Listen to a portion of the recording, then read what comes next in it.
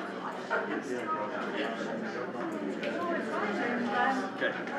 I'm glad. Welcome, everybody. I don't have my gavel, which I'm actually really relieved. I don't like that thing, but anyway, welcome. And thank you so much for making time to be here tonight. We appreciate you, your time, your effort, and glad everybody drove safely. We're started a little bit late. Sorry about that, but we wanted to make sure everyone that we could think was on their way got here. So thank you. This is an open board meeting. It's a work session, so it's a little less formal than what a board meeting would be over in the boardroom. We're not going to have a motion to accept the agenda, but just maybe a few pointers, I guess. Just some information on how we see this going. Those of you who came to listen, thank you for being here. I know we've got some school administrators and teachers here who later on in the discussion, if we may have a question that you could answer for us. So I'm so grateful that you're here. Those that are sitting on this panel, no decisions will be made tonight. We're not voting, we don't have an action item. No decisions are going to be made tonight. We asked you here, one purpose was to inform, to educate, so that you can get an idea of the thought processes we've been having over the past several years, and then also to get your input and ideas. I'm sure some of you are thinking outside of a box that we haven't discovered yet. So we'd like to hear those as well. If you look at your agenda in front of you, all of those, 1, 2, 3, are all information. Those presenters are going to give us the needed information for the discussion tonight. Save your questions and comments until after the presenter is done with the information, because they may answer a question or explain something that maybe is by the time they're done, right? So write things down or whatever, and then after each presenter, if there are certain questions that need to be asked, then we can do that then. Does that make sense, Young Shore? Thank you again for being here, and thank you to Steve and Superintendent Carlson. And can we do some introductions? Yeah. Do you want to go around the whole table? I think so. Okay, all right. We'll start over there. Yeah, Superintendent Steve Carlson. Heidi Jo West, Elementary Assistant Superintendent. Keith Meekham, Secondary Assistant Superintendent. Neil Stevens, administrator. Hunter Scott, citizen, invited guest, and substitute teacher. Brian Smith, board member. Marianne Cox, invited guest and parent of 5 children in the schools. Malone Mulcar. Lee Berry, invited guest. Anna Hall, Lakeview. Denise Crane, invited guest, principal at Garland. Lisa Park, invited guest, and I was a teacher for 20 years in the district. Stephanie D. Phillips, board member. Kobe Reese, invited person here by Stephanie. Bo Lewis, City Council. Jeff Reeder, invited guest. Carson Mund, invited guest, educator, and head football coach at Fox Hill. Julie Taylor, board member. Kelly Wood, yes, as a parent. Ron Goodwolf, guest. Susan Woodland, retired for the district and guest. Wayne Hyde, board member. Amy Miller, I'm a guest and a parent. Mark Pond, guest. Amy Jo Summers, invited guest, instructional coach at McKinley. Tiffany Summers, board member. Kelsey Crummy, parent and invited guest. Danielle Wright, board member. Daniel Kennedy, Financial Advisor, parent. Karen Cronin, board member. Robert, they need to know who you are. Who's this guy up here? I'm not on the cam, no. I'm Robert Gordon. I'm the Director of IT and broadcasting this meeting tonight and recording it. Okay, we're going to try to present some information, and we think we can do it in about 35, 40 minutes, and then we'll have a complete hour for Q&A and ideas and thoughts after we presented the information, and that's what Tiffany was referring to. And just save your questions. I think we could get into the weeds if we had too much Q&A during, so I hope that makes sense. We Hope you were invited to be here from 6 to 8 o'clock, and we'd like to try to make it there, but we're gonna stay here as long as we need to for Q&A. So, I was hired in 2017, and shortly, it wasn't too long after I was hired, we started talking about what we're gonna do for the old buildings in our school district, and at the time, the perceived crowding that we really weren't having at that time. Now, I don't know how y'all feel, and some of you have a better feel for this, even though we talk to demographers all the time.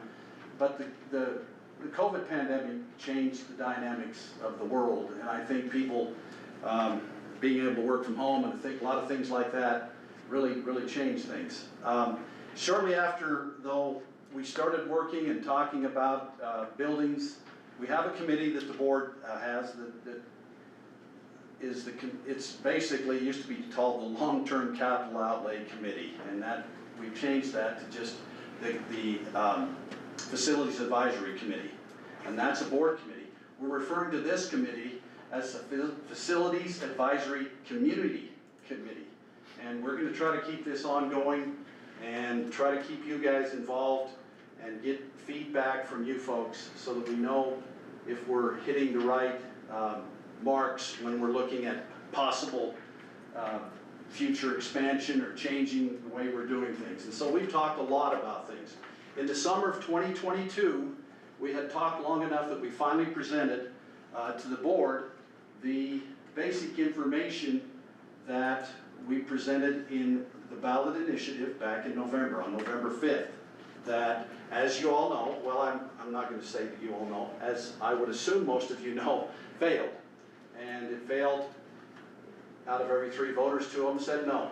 And we think that we understand why that is. Now, if you hopefully had seen this right here is the flyer that we sent out. And I've got this, I just turned it off. And so, you know, our hope is that maybe you remember that. But in the discussions, as you look at it, we felt like this was our need, and we tried to put it in, you know, as concisely as we could to get it on a 1-page flyer. That's what you do to try to get your information across. Right now in our school district, we have 4 levels. We have K5, we have 6, 7 in our intermediate schools, we have 8, 9 in our middle, and then of course 10, 12. And those 4 transitions, because they're different transitions, they make it so that our transportation, and I hate to say this is always one of those things, but transportation does dictate sometimes starting and ending times. And people, I've been in multiple districts, and that just irritates people to no end to think that transportation does it. But if you can't get the kids there, you can't start school. And the point is that just that one more transition, we feel like, I don't know, is Jason here? Jason Sparks is he's not here. But we've talked and he's tried to crunch the numbers. We feel like it doesn't sound like much. 15, 20 minutes is losing a transition would help. So that's a couple of those things. A lot of safety concerns. We have unreinforced masonry, basically buildings built after that 1970 range, and there's a different level of reinforced masonry. What that means is they basically put the masonry up without enough steel in it that if there's a significant earthquake, they could tumble. And so that was one of the things we were trying to address, and these are the schools, the 4 schools that really are that old. They were built in the 60s, so they were reinforced masonry rules and laws. Then of course, lack of air conditioning in the elementary schools. Now interestingly enough, I thought about it today because yesterday actually I thought about it because it was so darn hot. And then today it was a little cooler and I thought, I didn't get one complaint this spring about it being too hot. Now maybe there were some out there, but usually I can't tell you how many phone calls I get when it gets too hot. And I think we had a little bit cooler spring than we've had in the past, and certainly it's worse in the fall, and that's one of the reasons everybody thinks that we start our schools 100% because of the fair. We start them late. Part of it is that just be one more week that we'd have our kids and our teachers and all of our paraprofessionals sweating and suffering in really, really hot buildings. So that was part of it. Overcrowding in the buildings. It's interesting if you look around. you'll see portables at all the buildings, almost all the buildings. Probably the one that doesn't, that seems kind of strange, is Box Elder Middle School. But we've had, even though there's only been a gradual increase in population in some of the areas, there's been an increase in programs. There's been an increase in the fact that we went from half-time half-time kindergarten to full-time kindergarten. So right there, how many kindergarten classrooms do we have in this district? 43, and so just like that, we had to come up with about that many teaching spaces. 14 to 16. Okay, 14, and I don't know how that, well, we already did have a lot of full-time kindergartens, because, if you qualified based on your testing, you know, then you could go full day. And so, things like special education programs, there's a variety of things that have just increased the amount of room we needed in our buildings.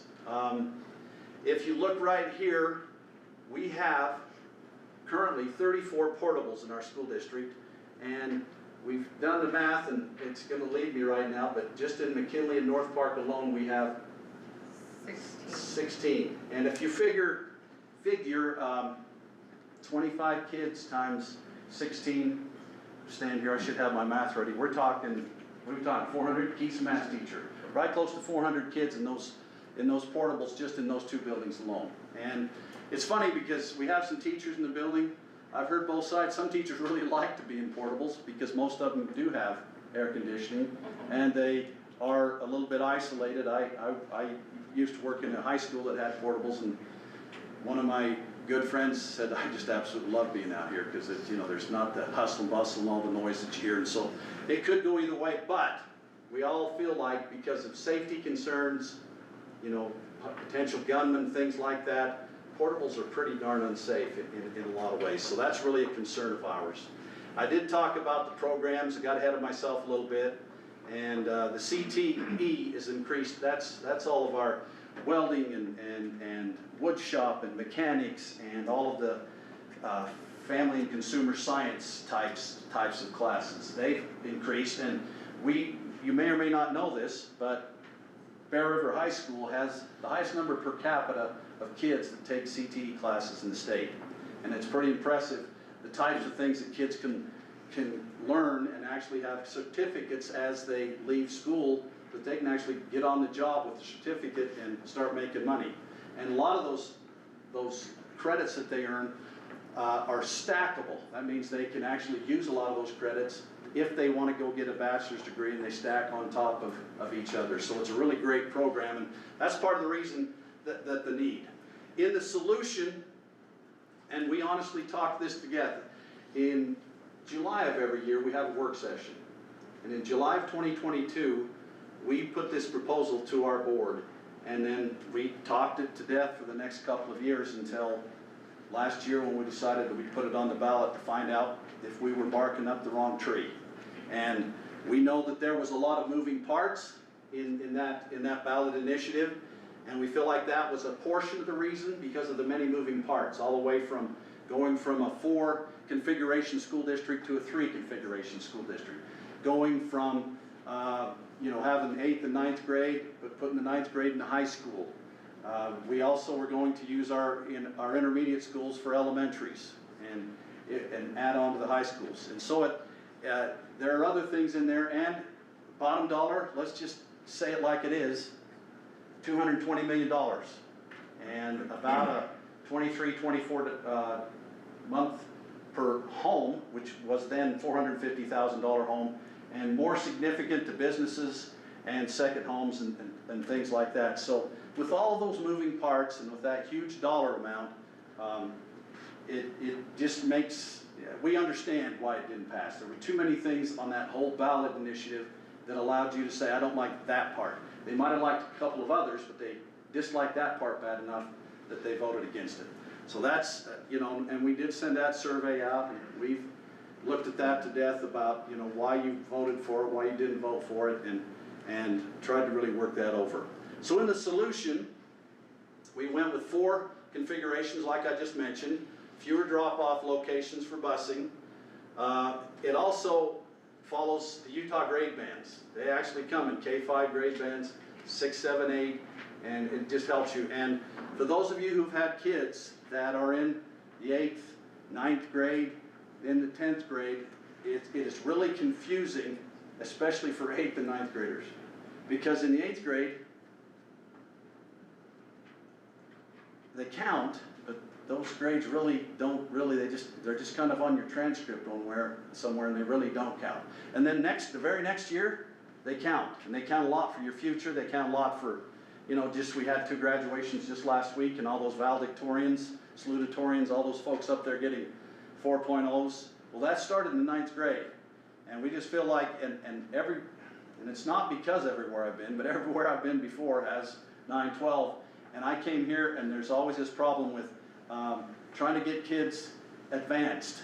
It was easier at the Bear River end if a kid wanted to, run over the high school, and sometimes we brought teachers to the middle school because of the proximity, they could take some advanced classes. Where at Box Elder, middle and high school, it's just too far away. And so to be able to take any advanced classes. And then the other problem is in the 9th grade, if they happen to fail a class that was just a 9th grade class, there wouldn't be a teacher at the high school that would be able to take them in again and let them be able to retake the class and pass. So therefore they had to do it online. And if anybody in here's done something online, it's hard. You have to really be dedicated and really put your head down. And it's, I believe, much harder to pass a class online than it is to pass a class in person. And so that was a real problem. And so what ends up happening, we have a software called Edgenuity, where the students, if they failed a class in 9th grade, have to take it through Edgenuity. And it is hard. It is really hard for those students. And generally, if you failed it the first time, there's somewhat of a, and I hate to say this, whether it's motivation or will or skill, that's part of the problem.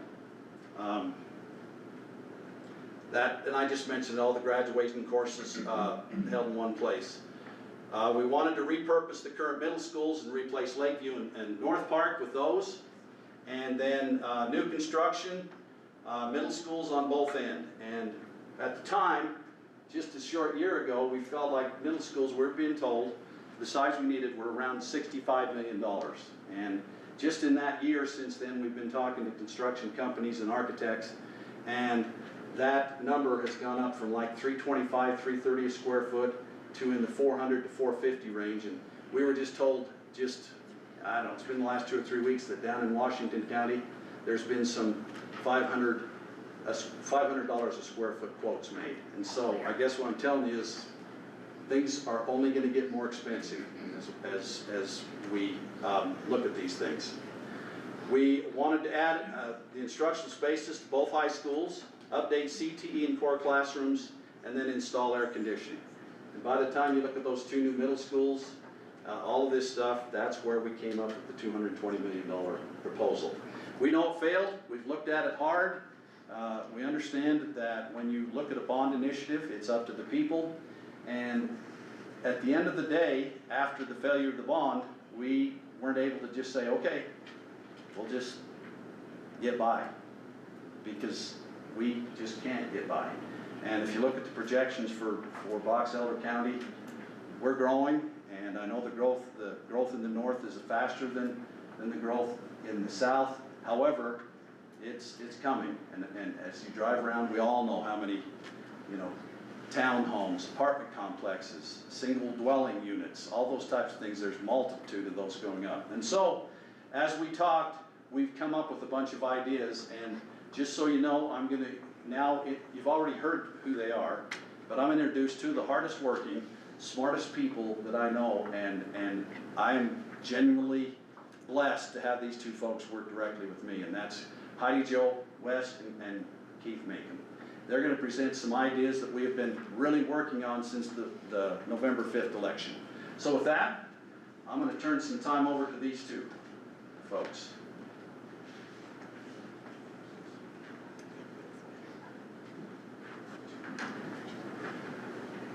We do not want this to become I'm sitting here for 2 hours and just thinking. We are wanting you to have some ideas. So the first question, and I want you to talk to your neighbor right next to your elbow partner. I don't care, even the people that are listening, you can talk. Everybody's gonna talk. But we'd really like to think, what thoughts or ideas or solutions came to your mind after you've heard this idea of, we had all this plan, and then we had a 2 and 1, vote against. What thoughts or ideas came in? Because I want your ideas. What resonated? What were ideas that just came up? You have a little notepad here. You could jot down an idea. You could write it on the agenda. But we'd like to give you maybe 5 minutes just to process what you just heard, what stuck out, maybe some ideas or solutions that came. So I'll be quiet, and I got the clock. Don't be shy to talk to your neighbor. It's okay. Maybe 3 minutes. Yeah, 3 minutes because, yeah. Go. What did you think?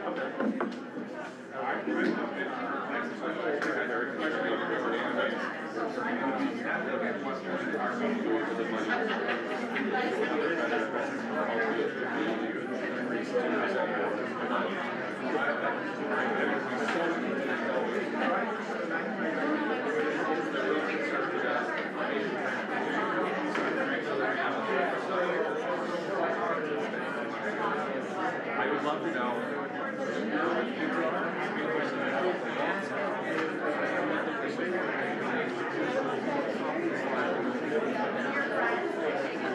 You forgot?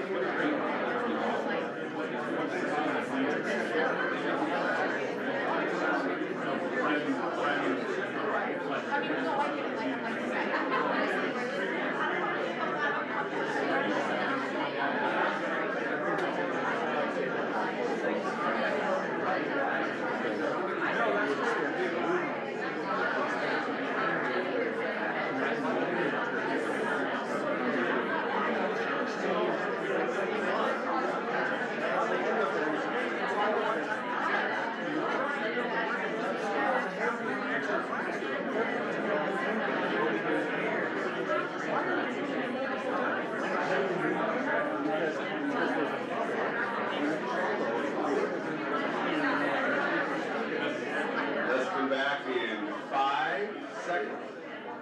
4, 3 seconds. 2, 1. Now, as a former teacher, I'll just say that that is sweet music right there. When you have people talking about things that matter, things that they're wondering about, this is good stuff. That's one of the best ways that people process. It also gives every voice in this room a chance to be heard. And we appreciate that. So, now maybe the scarier part, but what, let's take a couple of wonders, because there may have been 50 different ideas shared, right? Just talk here. Who would like to go first? You've heard mine, let's move on. I may have heard. Lisa, go ahead. Use your teacher voice, because this won't reach. Okay, so when I see $23 a month on a 50K, I'm like, take my money, that is nothing. You know, I taught at the middle school for 31 years and literally retired because I was sweating to death. And I'm not kidding. I would have stayed. But I was so uncomfortable that I couldn't take it anymore. So I retired. So in my mind, $23 a month, take it. But my friend Kobe here is a business owner in Fremont, owns several properties. And so I said to him, we're friends. I want to know, give it to me from your point of view, right? And so we had a great discussion, and my eyes have been opened about, the trickle-down effect. For him, the people that rent his buildings, the employees, the people that buy from them, how we have to raise prices because their rent is, my mind was open. Thank you for that. And maybe I can Yeah, shed go ahead. a little additional light. Businesses pay 100% on the property Correct, tax, not but 55. residences are 55, right? Yeah. So the impact is much larger on businesses. So just to add to that. Something that we've talked about recently as a leadership team is how much we need to be supporting our local businesses who support us, and we really are trying to reframe some of the things and items that we go out and purchase so that we're spending money more locally. And I would just say that's something that I'm becoming more and more cognizant of through this last bond process, as you all have shared your opinions and thoughts, and it's something I'm being more cognizant of as an individual, and I think we all can as community members too, just say, the $23 isn't a lot for me, and I can lessen the burden for my friends who own businesses by supporting them. So anyway, I just wanted to say Which I that. would say, honestly, the school district has been nothing but great to any of the businesses that I've ever ran. And they're good to us. Yeah, and we try to have a great thing. My concern is more other businesses as well, because some people won't be able to push that cost on, and so they're gonna go out of business. And then we're gonna have more empty lease spaces, and we're gonna have things in town that just, or make it look worse. Because the people that do own those, we can't just eat the cost of them. So we have to push that on. This is also based on the $450,000 value where businesses and other homes are worth more than that, so it breaks down for more than $23 to $24 per individual. And especially the fixed income people, they bought their homes when they were like $30,000. Now they're worth a lot more than that, and they're on a fixed income. That's the group that I say are probably going to be hit the hardest on this. And it's brutal for them to come to that. My mom's on a So one of the things that you're saying, and how many have similar financial concerns that you talked about in your circle? 220 was a big number. In 2009, well, it started in 07, but 07 we went to bond, added on to the 2 high schools, and that bond was 70 million. 70 million, the Amber's like, we gulped at 70 million back in 07. And now here we are, and if you look at the math and how things have grown, it actually is pretty proportional. We just can't believe it though. It's like, are you serious? And so money is an issue. And so as we start looking at what is the next, and let's do a non-money comment that was discussed. Carson. My biggest thing is, so I was in the school when the remodel was done, and to be honest, we just need to do it right. If we're gonna do this, let's do it right so it's not another 15 years we're redoing this thing. And then 15 years after that. Like, my whole thought is like, we did this, you were a teacher there, And I don't know if we did it enough, or did it right then, to now we're in the situation we are now. My whole thought is like, let's just do it, let's do it right. And do it right now, so that we don't have to redeal with this in 15 or 10 years. Thank you. Anybody else here on the panel that would like to, there was just something that resonated? We just talked about, You guys think you're close enough? why? You're close enough.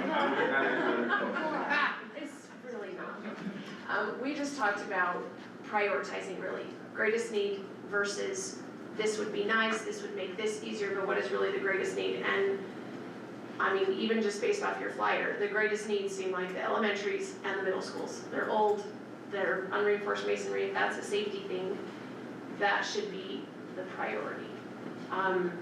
While decreasing transmission levels might help these things like transportation and whatever, if it's taking 70, 80, 90, $100 million away from addressing that, that doesn't feel like addressing the greatest need, so. Thank you. Anybody else like to share really quick? Lee? I don't know about money, but we talked about specifically about where are the numbers at? We talked about, yeah, we have more homes being built, but people are having less kids. So we really, I need to see, when I deal with my other job as a commissioner, is where are the numbers at? I can't go give a pay raise to all my jailers, my deputies, if we don't have the crime and the people in the jail to back it up. If I've got, by putting that many people, and that's why I'm saying is I need to know where those numbers are before I can get behind something like $220 million. If we had exponential number of students and we're growing, then that's a factor. But the numbers I've seen from the state do not indicate that we're growing the number of students to justify building a whole bunch of brand new buildings. And then I was asking about the CTE. I thought we did all our CTE through Bridgerland because in my legislative career, I was dealing with Bridgerland all the time saying, hey, we want to help you with CTE.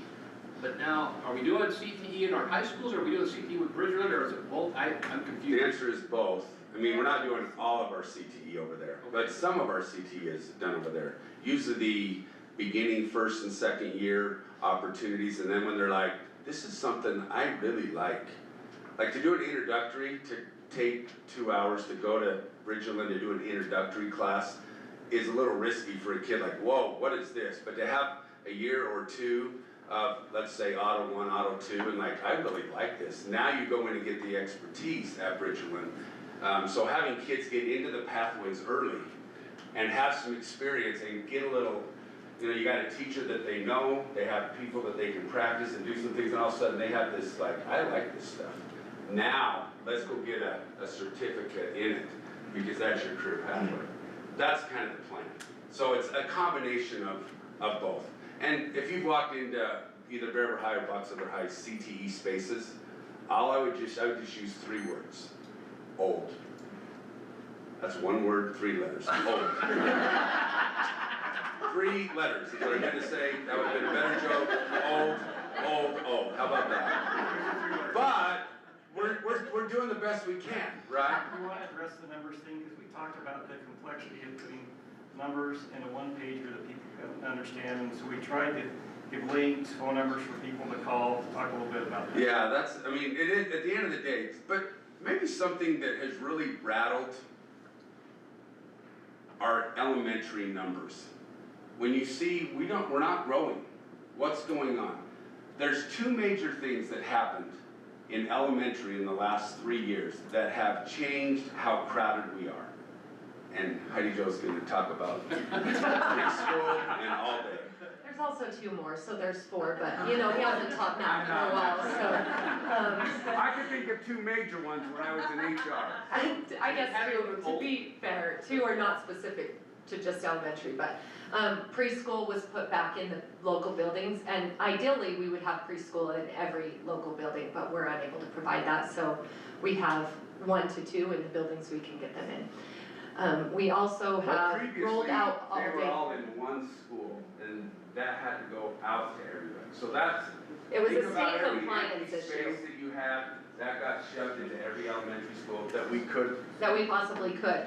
Subsequent to that, all-day kindergarten rolled out, and previously we had 1 to 2 all-day kindergarten teachers in every building, and then it became every kindergarten teacher in every building would be offering all-day kindergarten. So, that takes up not exactly, but almost double the amount of kindergarten classrooms. in addition to those two things that he was thinking, there is also, we have in 5 years doubled the number of EL students that we're serving and doubled the number of students that qualify for an IEP through special education, which means we have an increase of those programs, we have an increase of the classrooms to serve them, so that kind of goes beyond. I don't know what I follow. English learners, thank you.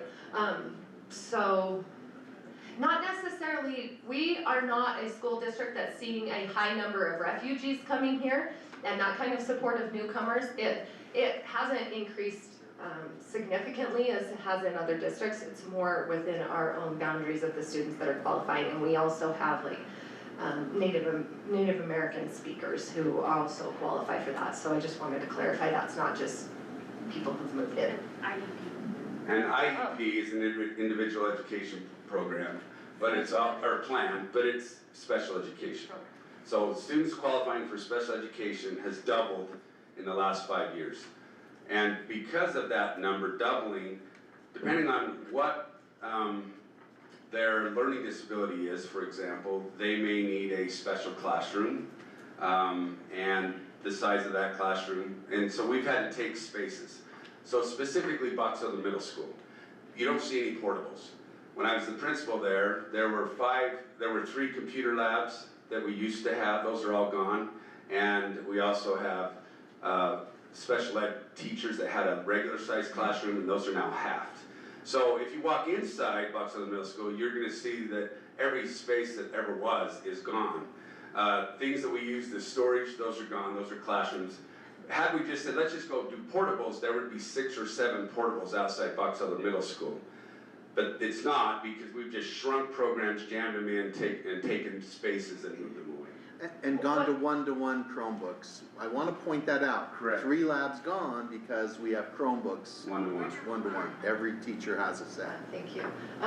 Yeah, as far as the IEPs go, or individualized educational programs too, it can be a range of things, and one of the major misconceptions is that's just behavior specifically. It's not. It's learning disabilities, communication disorders, a variety of things, health impairments, things like that. But in addition to that, as far as the behavior supports go, we've also added counselors to all of our elementary schools to help provide mental health support for students so that they can actively engage in the learning in a classroom, because we're just teaching in a different world than we used to, and that's an additional program as well that has taken up space. So in many of our elementary schools, the students are no longer taken out for prep, such as art, STEM, music, all of those types of things. They get computer lab, they get pushed into the classroom while the teacher is trying to prep, and that is major burden on our teachers. So Lee, did that answer your question? Oh yeah, DLI. On the numbers question. Yeah, what are the assumptions around numbers? Do we have projections or assumptions as to what that looks like? Salt Lake County, the University of Utah showed that we're dropping in student numbers that will actually be enrolled until like another 10 or 15 years out. Yeah. So we won't start to see an increase in students again, if at all. I mean, depending on what people do, and whether they have kids or not. And correct me if I'm wrong, but I believe that study was done pre-COVID, and we are working on more accurate. We're hiring a demographer and an urban developer study that you want to He's like, please. The University of Utah Kempsey Gardner Institute of Policy has studied population trends across the state. Our county is projected to grow 1.1% annually over the next 10 years. Both Brigham City and Tremont area have forecasted additional 10,000 residents in each area in the next 10 years. So by the time Olympics comes to us, we'll have 20,000 more residents in the county. So we are seeing growth. You look around, there are buildings going everywhere, commercial and residential. I don't think the home builders are building buildings just to build them. They see a demand there. And most of it is coming from outside our county. People moving here because the cost of housing here is cheaper than surrounding counties. Would you rather commute from Tremont to Salt Lake, or through Santaquin and through Utah County and Point of the Mountain to Salt Lake for your job? I would rather commute from here. So that's why we're seeing that more people move in here. And it's hard to forecast move-ins inside the state because there's so many factors that factor into that. So if we look at the birth-death model 1% growth. If we look at all the other factors, we're probably gonna see closer to the 3 or 4% growth annually over the next 10 years. I hope that answered the questions. How many of that growth, I agree, the growth is definitely happening. I'm a real estate agent, I sell homes all day long, residential is my forte, so I understand that. But how many of them are actually bringing children in the age school-wise and actually going to the schools? Because I know of quite a few that I've dealt with recently that they are either doing a charter school or doing homeschooling for their kids. So my perspective is, I don't know how much greater the growth is truly happening. Yeah, we don't have it right this very second. We have what we call an October 1 count. And it's our projection of, on October 1, that's kind of a really important date. We've traditionally, over the last 15 years, have averaged plus 900 students per grade in our county. We have a big bubble at the high school right now, the kind of 975, 1,000. And then we have kind of the 3rd grade through 9th grade. We're kind of in that 900, 890. And then we had a 2nd, 3rd, and 4th grade bubble, which was 4 years ago. And we dropped 100 kids. But this last year, we finally are starting to see it's starting to climb again back up to where we were. So to your point, Lee, yes, we did see a drop. And to your point, there are other ways to educate kids besides Box Elder School District in the Box Elder County, right? We know that Utah fits all, homeschool, charter school, we can go on that. But the point is, there are different needs. And so the question is where do we go from here? What's our next steps? Money is an issue. There is overcrowding. We have to think, like the decisions that we're making are going to affect your kids or your grandkids. Like these buildings generally stay around for a while. You know, the 2 high schools were built in the 50s. They were added on, but they were, do you know what I mean? Lakeview and North Park were built in 1962. I don't want you to raise your hand, I don't know how many of you were born in 62, but that's a long time ago, and this still keeps going on. And they still could.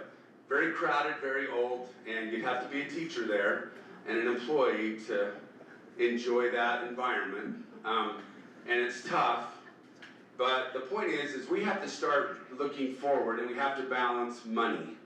So I want you to know yeah, sorry, go ahead. And I just had a question about, is there a point at some time where somebody comes to the district and says, these schools are no longer safe, you can't use them? Is there a flashpoint, so to speak, that we're forced to do something? Superintendent, do you want to take this? Because it does address what we did out at Grouse Creek.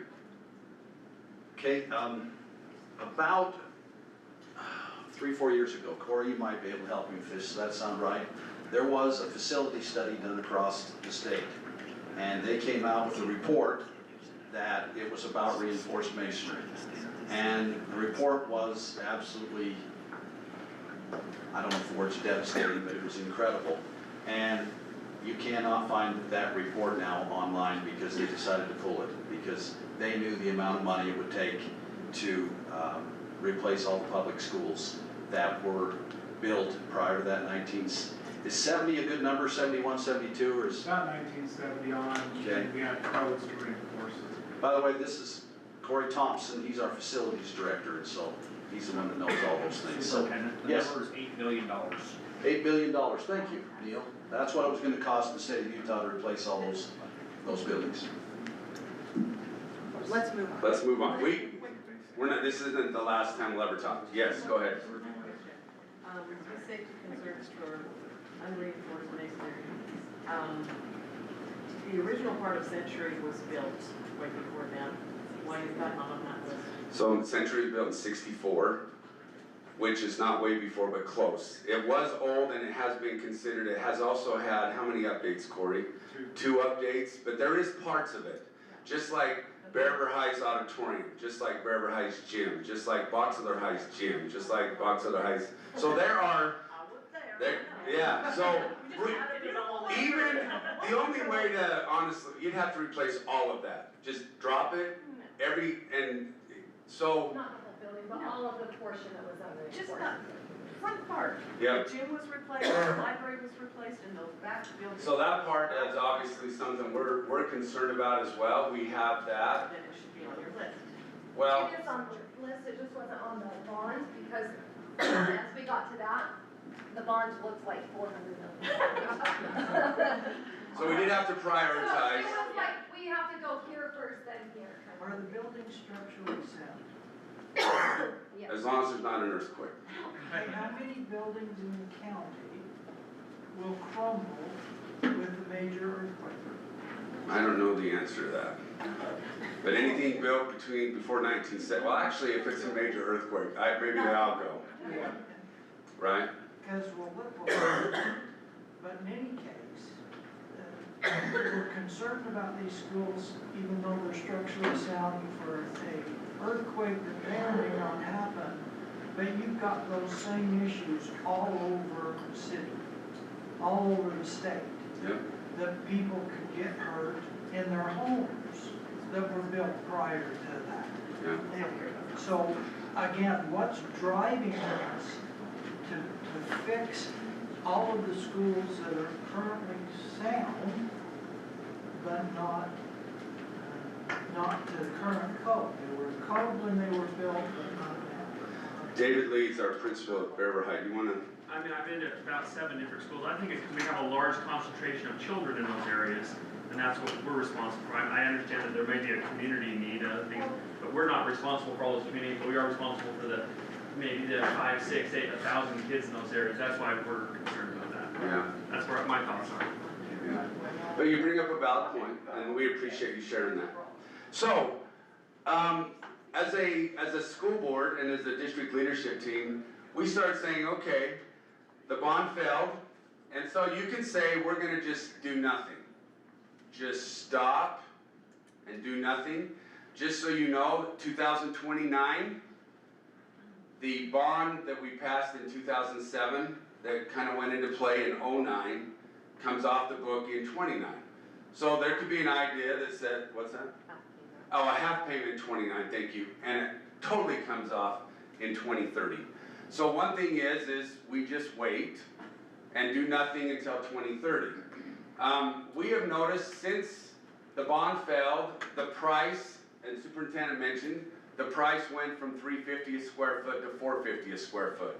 And you can do $100 times a square foot of a $80,000 elementary school or a $150 middle school, and pretty soon you can see the amount of money that just has gone up in the last 6 months. And we keep hearing the word tariffs, and what is that going to look like? But the point is, we don't know that, so we're always saying, what can we do looking forward? There will be a day, I don't want to wait for the buildings to fall down and say, yep, now we got to build the school. But we do need to be fiscally responsible so that we don't waste all of our taxpayers' money to do this. So you can see it's a balancing act of need, being forward-thinking, not reactive, and what is the right thing to do. As a district leadership, as school board members, we went through and just started brainstorming a bunch of ideas with current numbers that we're being told by 4 or 5 builders. That this is what they do, they build schools. And so even from November, what we told the public, these numbers have changed. And this right here are some ideas. So I'm gonna try, I can't walk there? Yeah. Yeah, you can walk there. What happens if I do? Here, I switch cameras. here's Okay. a pointer laser. Oh, He had it. It was shocker. really cool. This is new Keith, real technology. quick, what's the average size of, what's our recommended size for an elementary? Elementary, 80 to 90,000. 80 to 90. How big was Golden Spike? Okay, so 80 Golden to Spike 90 is million. 80 to 90,000 square feet. Oh, square feet, okay. Golden Spike is 104,000 square feet. In comparison, That's right. the 3 Mile Garland Fielding model is roughly 72,000 square feet. Okay. I'm going to try to explain this with this nice pointer. Which, It's turning and turning. oh, sure. Let me move over here. Oh, right there. Thank you. How does that work? Yeah, we can see it. Can you see that? Okay, let me explain the left. BEHS. If we brought ninth grade over, $48 million is what we've got an approximate bid for. Now guess what it was in November? 30. It was 30. Yep. Okay? Bear River High, bring the ninth grade over, 36 million. 30. There's a difference because one school's 400 more than the other, just to kind of explain a little bit. This WT is called West Tremont. You have heard of West Tremont, there's space. It is north and west of McDonald's. I don't know why that gets all the hub. There's a Wendy's there, there's a Chevron, I don't know. Can we just, we're all the reason that wasn't part of our plan before is we had been told that we weren't gonna be able to have the access roads to be able to put in, and I just wanted to point out that thanks to the help of Jeff Siegel, who's in the room, we've been able to clear up a plan for being able to create access roads there, so it is now a viable option, whereas before it wasn't. Thank you for that. We appreciate that because we had heard bad news like this isn't going to work. Now we've heard that it does work. And right now, depending on which company you're looking at, it's roughly $40 million. Back in we had looked earlier, it was going to be something like 30 million, 25 to 30. So just in the last 6 to 8 months, we've seen that price increase. And what does that mean, Kobe? You know what it means. And so that makes us nervous, which is why we're here today. But West Tremont, LV is Lakeview, NP is North Park, Box Elder Middle School, replacing the middle school, replacing Bearville Middle School, adding an addition to Discovery, adding AC, and we haven't even got into Century, McKinley, etc., right? So, yes. Well, you were talking about that West Tremont would take all the portables from North Park. Yeah, so one of the reasons we like to build West Tremont right now, but remember what I said 09 was? What was the price of that bond? 70 million.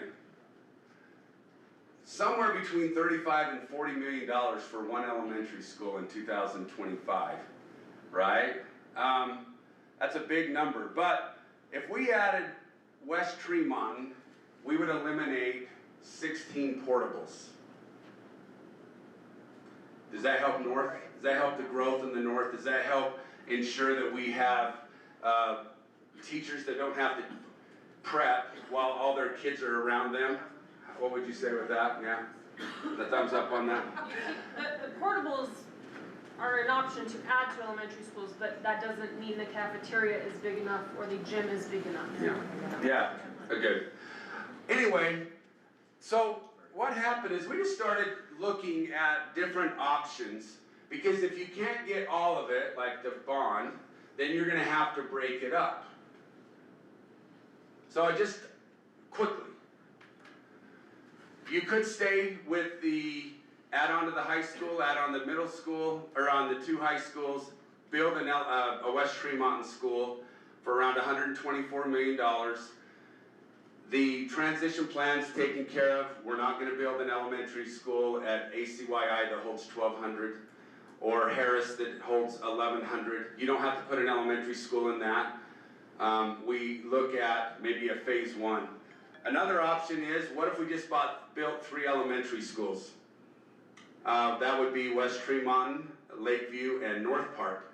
So we would just build 3. That would give North Park gone, West Tremont, all the extra growth, some rebounding, depending on the demographer. I don't know why I'm talking about the elementary. And then obviously Lakeview. If we eliminate Lakeview, that's 8 more portables that would be gone. Now all these portables, we're not going to go throw them in the garbage. What are we going to do with them? We're going to take them to schools so that people don't have to have their preps pushed into their school.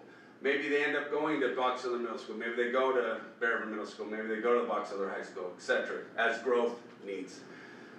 Here's another idea.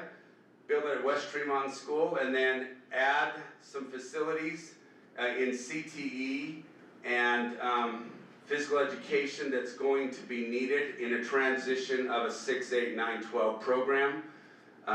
So that would be an option. Again, that's the cheapest option. It doesn't solve a lot of problems, but it does solve some, it would eliminate 25 portables at the 2 high schools as well as North Park and McKinley. Idea 4 was let's just replace, let's build West Tremont and North Park. In other words, let's do the north because it's growing more, and then maybe down the road we do the south. Okay? I don't know how that sits. Can you see without me talking about it? They just keep going. By the way, here's one that's kind of fun. 3 elementary schools, change out Buxton the middle school and Bearwood Middle School. We're at 270. So just doing our needs is 270, 260, which is, I think my math says, 40 million more than we asked for in November. So this idea of bringing it all in is not going to happen, but we're going to have to piece this, and it's going to have to be wise with your help. And when do we go? The longer we wait, it will be not as expensive, or it'll be more expensive than it is now. So here's the sweet spot that our wonderful board members, you as patrons, us as district staff are going to say, where's that fine line? I'm not going to talk anymore, but what I'd like you to do, is it okay, Superintendent? I want you to now, let's go back. We're going to put this up, but this is what I'd like you to do for the next 5 minutes. Before you go there. Yes. Where is any of that money coming from? Very good. I'm going to turn that over to the BA, who's going to explain what that looks like. Great question. You see the dollar amounts involved here. There is not, well, I'll say it's not, very few school districts in the state of Utah are able to save enough money to build a school because of the dollar value involved. It's like building a house or owning a house. You need to leverage financial resources. You need a mortgage to do this. The answer to that question is you have to borrow. Whether you borrow in a general election bond cycle that the public authorized the threshold for, or you borrow using your revenue from your tax levies. Those are the only 2 ways to finance this, or to afford this. We'd have to build in the tens of 20s of thousands of the homes a year to be able to recoup enough new tax revenue to afford this. We are the biggest little school district in the state. We have the most amount of land aside from San Juan County. Most of it's agriculture or vacant as a percentage of the county area, but yet we have the most amount of students of those rural counties. We have about 12,000 students. For example, the other districts that have that kind of students are Murray, Provo, Ogden City. Logan has 5,000 students, but they have tax revenues that are close to half of ours, but they have less than half our students. Cache has a lot more students, I said 18,000 students, and they have about 7,000 to 10,000 more taxable revenue in our county. So we have to be able to do it through raising property taxes. Only to do that as a community, to chip in a little bit each year. Now we have, and we'll get into this later on, but essentially there's a plan. It's a 20-year plan to be able to do this. That's what most districts do. Weber School District, they just built a new high school, cost them $300 million. I know, I see that face over there. They're planning for growth. They're planning for eventually having 3,000 students in that high school, because all the growth is happening out west. It's West Haven, it's Plain City, West Weber, all the way out there. All that growth is happening out there. They took pressure off 2 schools. Weber, my home school, went from being almost 3,000 to being 2,200 kids. Fremont Elementary out in Plain City, that school was almost 4,000 students. Now they went back from being a 6A to a 4A because they have in the high school take pressure off that. Same thing at Roy High. So they have a plan to do that because they're planning for growth. That's why it costs so much. We're not in that situation. I know. But the answer to the question is how we afford it is through raising property taxes in modest amounts to allow us to recoup those funds. And right now, rates are good. About 6 weeks ago, they were borrowing for a long-term bond like this was close to 3.8%. Right now it's 5 because of the uncertainty around tariffs, but they're forecasting bond rates to come down to below 4% by the end of the year. Now's a good time to think about this long-term wise, because what we know now is more certain than the future. We don't know what the future is. We've seen different events in the financial world that caused turmoil. COVID was one of them, the Great Recession, but we know what's happening now. Thank you. One other question, sorry. What's the basis of estimate behind the numbers? I mean, I see the numbers. Yeah. I hear schools cost 275 million or whatever. So 18 million for CTE. Where's the basis of estimate? yeah, so what happens is, we have, architects and we have building construction companies. They work hand in hand, and we go out and ask, what if? What are you building this size? So we look at a square footage, we look at, is it a new build, is it a rip down? And to be honest with you, the estimate is what it is. It's an estimate. Until you get the design in place, the land, the structure, the soil, all the things put in place, and you go to bid, you don't know. So part of this is, it's an estimate. But we are talking to the people that build schools. This is what they do each and every day, all across from Washington County, St. George, all the way up into Idaho. And they're the ones that come and bid on our jobs to give us a flavor. So that would be it. Corey? So as an example for that, Hogan Construction is the company that built Golden Spike Elementary.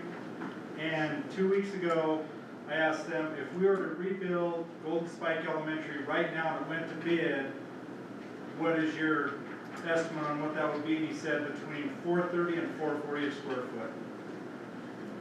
What was it? That same building. What did we build it for? Originally, when we built it it went to bid in 2021, it was $265 a square foot. So I build rockets and I give estimates to my customer, right? And when I give an estimate to my customer, I put a ROM factor on it. How big are the ROM factors on these numbers? Sorry, rough order magnitude number, right? Corey, we don't use ROM, but we use something like that. Okay, so ask that question again, because I'm trying, I was trying to figure out what ROM was. Okay, so Give or take. somebody asks me off the cuff, my customer asks me off the cuff, how much would it cost for another rocket? I give them a number based on experience, but then I put a rough order of magnitude on top of that, right? I put something to cover me. Right, to cover your heads or these numbers have some type of a rough order of magnitude on top of that, and they go, well, it really only costs $395 a square foot, but we think that it's probably gonna cost $420, $430 a square foot, right? Does that make sense? Yeah, so it is such a guessing game, especially right now. Even, I mean, you go to talk to a construction company, they say, if it went to bid today, our best guess is $430 to $440. But it's not going to bid right now. And if we were to go through the process of this, it's gonna be months before it would actually go to bid. At that point, I mean, you're talking 450, 460, depending if it's next winter. The best time to go to bid on construction is between November and January. So, if you go to bed in June, it's gonna be a high number. If you go to bid in November, December, January, and people have finished up jobs because they always wanna get done with the job so kids can go to school. So then all of a sudden they're looking for work. So if we hit the windows right, we get the better price. But it is an approximate based on what they're doing each and every day. Great question. There are contingency percentages. Oh yeah, what was the contingency percentages? And again, that's a plus or minus, but sometimes it's a plus. 4%. 4%. I've heard that number. I was thinking it was 5, but. Well, I have another comment here. Oh, Tiffany had a question too, or a comment. the difference here really than building rockets is that we work on guaranteed maximum price instead of a cost plus. And so when we go out to bid, we're gonna sign a contract with that contractor for a guaranteed maximum price. They're gonna deliver that price, and anything goes over that that's not already planned for, they will have to essentially eat the cost of that. So we have some control over pricing and how far we have to go, but we go to bid with firm plans, set plans, and we get to vet the subcontractors. We get to say, here's the contractors, here's what they're proposing, here's their history, and we get to help choose those. The contractors aren't choosing them that are.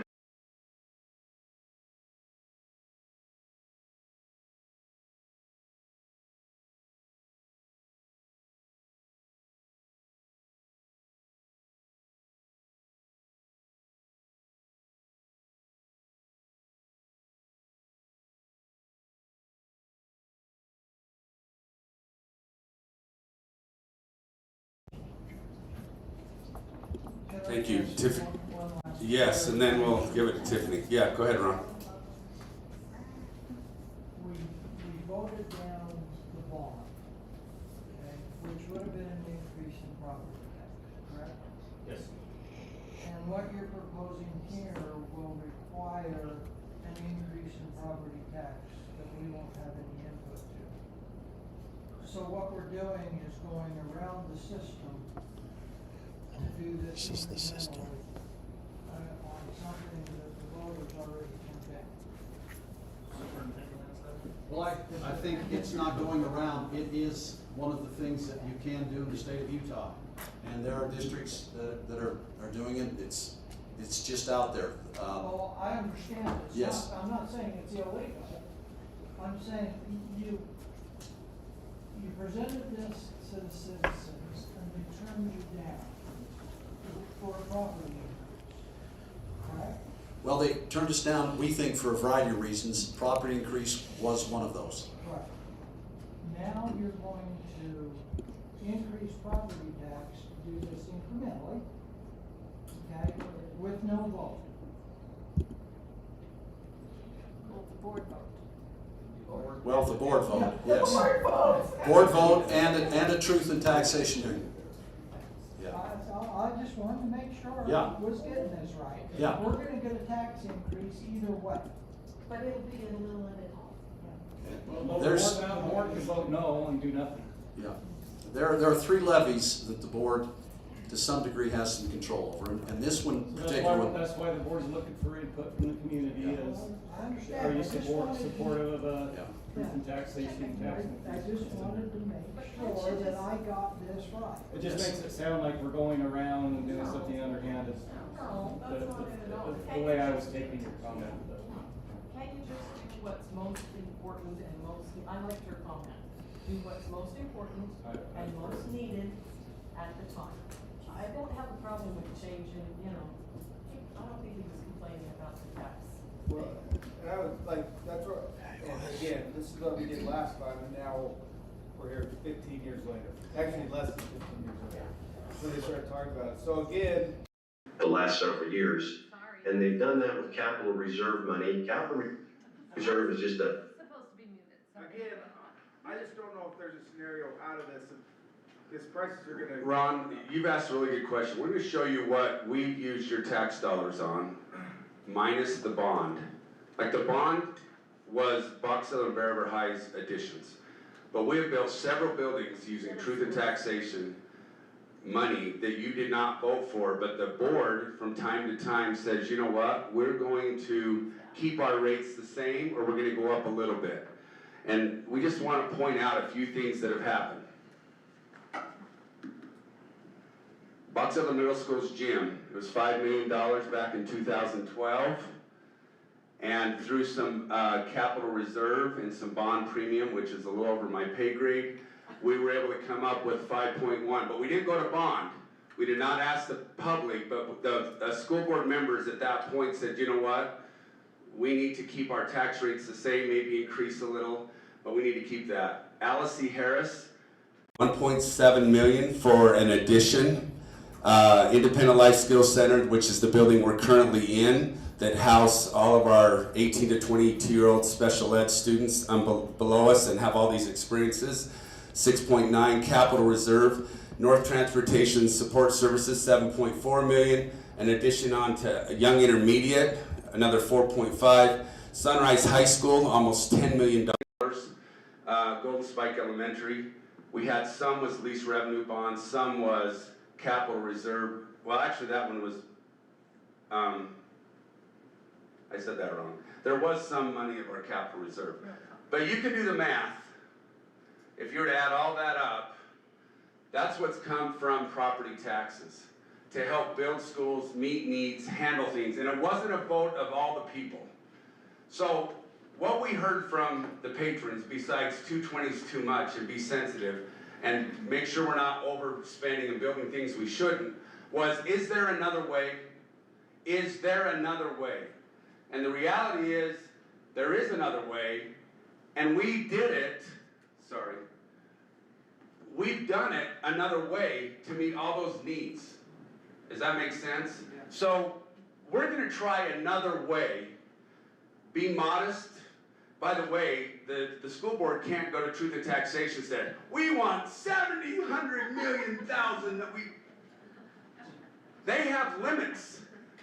And they'll have to say, this is how much we can actually go for, and they'll be wise. But they're not, they can't just say, I want 220. They can't do that. So they're gonna say, what can we get, and then what is our priority? Which brings me now to this question. What about Tiffany?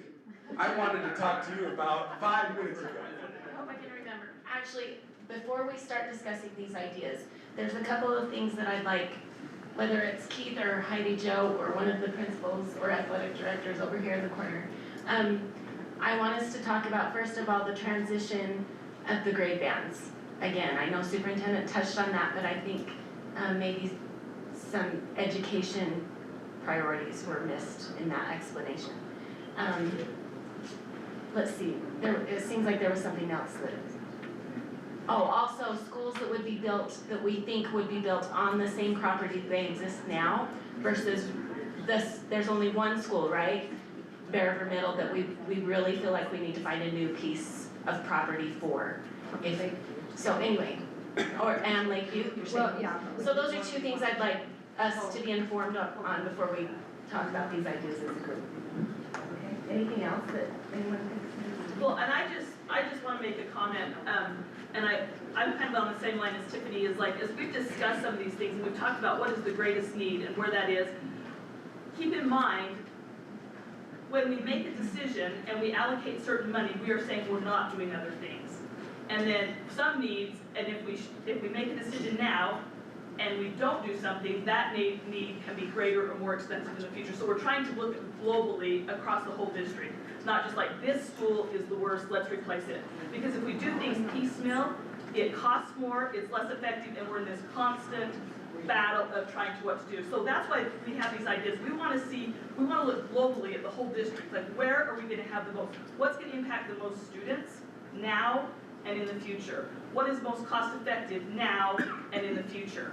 We do not want to raise taxes that are exorbitant. We do not want to put people out of business. But we do, our job as school board members is to do what is best for the students and teachers and people in our school. Our responsibility as a school board and as a school district is to educate children. And so when we're talking about some of these things, sometimes and that's why we want all you community members here, is to look globally. Like, I know you all have specific areas that you think are more critical or whatever, but in many times we have to look, and I like what Keith said, we're looking for the future. We don't want to be, and what Carson, we don't want to be doing this and in 15 years we're upset and this ends up working on the growth. We want to see where is the priorities that are going to affect the most students now and in the future, if that makes sense. So the grade bands and also overcrowding in our middle schools being a safety issue. Those are two things I think. I was just gonna ask if we could follow up on the question, how much can we raise taxes? That's in Neil's presentation, isn't it? So Neil's gonna talk about that. Do you wanna, can we wait? But he will address that. I think that would be important if we're gonna look at this so that we know which might be options. So yeah, if Neil wants to go next, that'd be great. I think one of the things. Well, what I'd like to do, I think we'd like to address the grade bands. AJ, you have been a middle school principal, and you've been a high school principal. And you're soon to be another high school principal. You've seen 8, 9, you've seen 10, 12. I'd like you to speak to, come up here. I'd like you to speak to that whole, why would a 9-12 versus a 6-8? I've explained this before. There's a lot of, and I'll just say little things. 6th graders don't take 8th grade classes. 7th graders don't take 8th grade classes. 8th graders don't take 7th grade classes. 8th graders don't take 6th grade classes. Now, I know that's funny, but what that means is they're not in the same class. They might be in the same hall, maybe, right? Depending on what the lunches are. But I think this idea that the 6th grader is going to get ran over by the 8th grader, unless we purposely put them in line with each other and say, run them over, I don't know. Do you know what I'm saying? But I know that's a concern, but I also know that just academically speaking, the classes don't allow. 9th graders have to take 9th grade classes. They can't go take senior math in 9th grade. So they're not going to be in the senior math hallway. But if they're academically able to take a sophomore class, they're going to be able to take that. Or if they're gifted in CTE or arts or any of the, any academic class, they could interact with them. So it's not possible to say a 9th grader will never talk to a senior. My wife is a sophomore and I was a senior. The difference was, I was from Idaho and she was from California. Hey, that's funny. Hey, right now in our school district, we are going K-7. K-7 is standards based. So we are focusing on learning, we're focusing on skills. In 8th grade, we go to grades. We give them letters and we give them percentages. They get lost. And in the 9th grade, they become high schoolers. We treat them like middle schoolers, but they're in high school. They're in middle school and everything but sports. In sports, yeah, we want 9th graders to come play. Everywhere else, they're just a middle schooler. We don't treat them like high schoolers. They should be held to the high school standard, but they're not held to a high school standard. We have lots of transitions. I believe back when this changed and we went to 6, 7, 8, 9, 20 years ago, 20 plus years ago, kids needed that transition. Right now we lose kids. Our social emotional learning, we lose kids. We figure kids out and then we pass them on. We figure kids out, we pass them on. We're losing kids with transition because it's hard. It's a different world in which we live. I can disappear real fast. You guys can all be looking at me, but I can disappear real fast. When I was that same age, when many of you were that same age, we couldn't disappear. We went to the backyard, we sat on the swing, we figured it out. We kind of mulled through it. That doesn't work for everyone right now. In high school, yes, we want 9th graders in high school. All the curriculum's written 9-12. If we want kids to excel or accelerate, we have not a lot of options to allow a kid to accelerate. We slap an honors label on it, say you do a little bit more work, but at the end of the day, nothing changes. If I have a 9th grader in the high school and they want to accelerate them, I can walk them to the right classroom. I can get them. Right now, when kids fail the wrong classes at the middle school, there's no way to fix that issue because we send them to the high school where they don't have those same classes. So adjusting this, I think, helps kids that need to accelerate. I think adjusting helps kids that need more support. We get them figured out and we still have 2 more years potentially with them to support them, to love them, to encourage them, to strengthen them before we send them on. So did I answer that? I think so. Thank you. Clay, anything? I know athletics doesn't rule. Yes, it does. I'll stay. But athletics is an issue. Talk to me, Clay. Just from a standpoint of being able to incorporate everybody into that, we already do that. It's just ineffective. We have certain classes that we allow our athletes to take to help reduce the load when they're gone and during the day.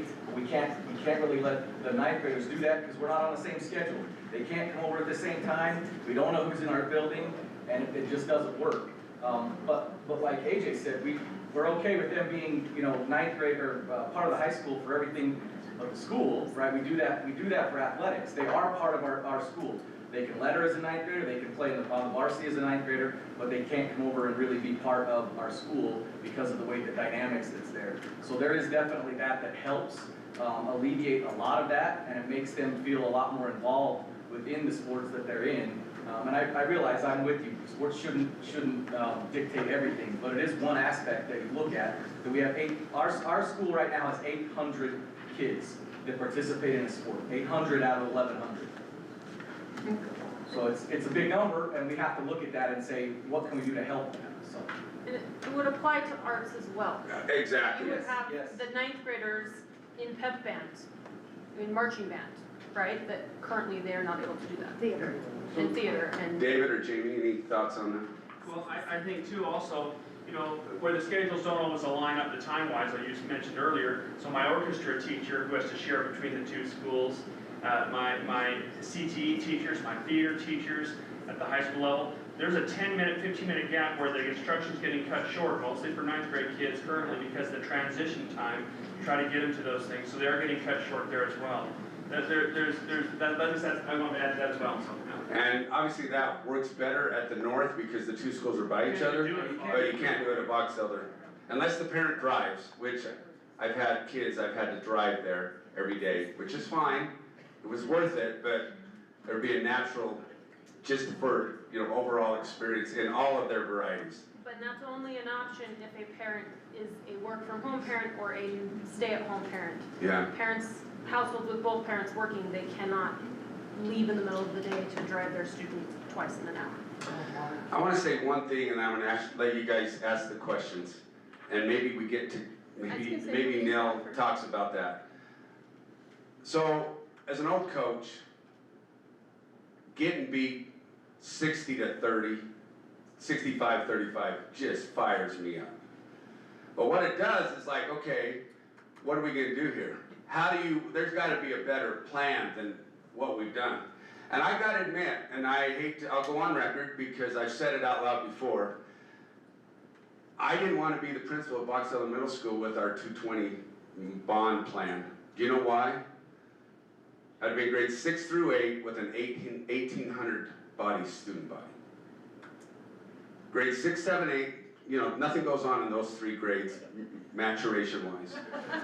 And we're going to put 1,800 at Box Elder Middle School, and we're going to put 12 to 13 to 1,400 at Bear River Middle School. And I was driving down the freeway, and I said, what if? And then Heidi Jo kind of got some clarity with me, and the next thing we know, we came up with a different plan for the grade configuration that I fell in love with. And you might not know what it is, and I'm going to draw really ugly on the board, and I'll use my big voice. Fast. Can I interject? Yes. While he does that and just talk about the 6th grade not going back down to the elementary schools for a minute? Because 6th grade students developmentally, emotionally, socially are not similar to 6th grade students when we were in elementary school. They are exposed to a lot more through, as AJ showed you, their cell phones, and a lot of 6th grade students have cell phones, and they are more mature. They are aware of a lot of things that 5th graders and 4th graders and 3rd graders are not. And putting 6th grade students back into the elementary schools is not conducive to a safe learning environment for those younger students. The grades, or the age span between kindergarten students and 6th grade students is the same as 6th grade students and 12th grade students. So it's more appropriate academically, but also socially and emotionally to have 6th graders with 7th and 8th graders than it is to have them with 5-year-olds. And even down to the preschool level where, again, our buildings now have 3- and 4-year-olds in that building. Susie, thank you for bringing that up. Watch out, watch out, watch out. Thank you. If you were separating the 9th grade from the 12th graders at high school, why can't you do that with 6th grade at grade school? And actually, because of the infrastructure, okay, bathrooms, things like that need to be done. Plus, we're so overcrowded in every elementary school, to put the 6th grade back down into the elementary schools and create a 6th grade wing would require an addition to every elementary school probably. Okay. What's the grading criteria? And you said K through 7, what's the grading criteria in K through 7? Is it still that 1 through 4 thing? Yes, the standards base, 1 through 4. And then, And then 8th grade, it becomes a letter grade, but 8th grade is not towards high school graduation. So, or college scholarships. correct. Right. So the idea of 6A would say, let's do all of ours all the way up to 8th grade the same. Standards. Well, we want to do standards too, but it needs to, but we also recognize high school, college and career, all of that. But getting the 9 through 12, like, hey, this is high school, people, versus 6 through 8, which is we're learning, we're growing, we're figuring out things. That's one of the reasons why. Let me just help you think about something maybe a little bit differently.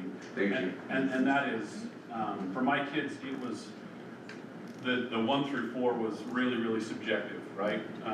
And then when they got to 8th grade, that 8th grade year allowed them to understand where that A, B, C, D, F, the lines were, so that they weren't making that transition in 9th grade when it counted on it towards a college scholarship. Yeah, that's a good point. Thank you for sharing that. So here's my quick synopsis. Our old plan had a middle school being rebuilt, 1,800 students. Think about being the principal of that school, 6, 7, 8. It's different than 9, 12, and I get it. If you add kids to the high school, that school now is 2,000, and it's also, 1,600, okay? But think about the most challenging time of a kid's life. What would you say in your experience? What grades? When you're a middle school teacher, guess what they say? I'm so sorry. That was the worst 3 years of my life. I mean, it's a tough time. Middle school, intermediate, that's a tough time. Well, think about, instead of putting 1,800 together, Box Elder Middle School is now a school of 900. We're talking about taking out students at Box Elder Middle School. We can take some classrooms, rip the hall. I'm just saying, let's say we never rebuilt Box Elder Middle School. We just let it ride, but by adding 9th grade, at least it'll run for a while. And how many did you have this year, AJ? 1,200. You had 1,200. So down to 900. I wonder what 300 less students would look like at Box Elder Middle School. I can only imagine, having been a principal there. Chad, how many students did you have at Bear River Middle this year? Close to 900. Close to 900. Well, what imagine if that was 700? And ACYI, 700. Sorry, Harris. And 900. And by the way, all of those buildings can hold those students, and all the elementary north growth would be able to go someplace. Every one of our kids that are growing, there is growth, even if we paused and said, you know what, we're just going to leave the old for a while. You still have eliminated the crowdedness in the most difficult place to go to school, which is middle level. Another thing that would be kind of fun with this, I'm throwing up something that's just average, but what happens if, which schools are closest to Harris? Elementary. North Park and McKinley. If we rebuilt Bear River Middle, not where it is, but maybe more locally centered, maybe where Fielding and Garland is. Actually, I'm a better writer what I'm doing. Imagine building a school that's more centrally located in the Fielding Garland area. Those two schools fed that school.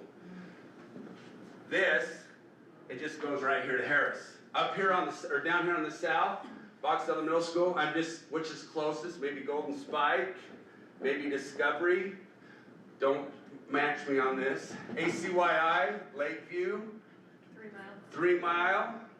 What about Century? Don't forget Century! I don't know. But some of them come here. No. They do, a third. Anyway, we didn't have that plan in November. That plan came later. So adding the 9th grade allows us to go here which now solves population growth, K, all the way to 8, and we add on the 9, 12, we kind of bought ourselves time. But don't you still have the problems you have with the building? Yes, we do. That's what I'm saying, but that's going back to being sensitive to the money issue. We can't do it all at once. But it does take away space and builds for a potential future. So it's prioritizing overcrowding over.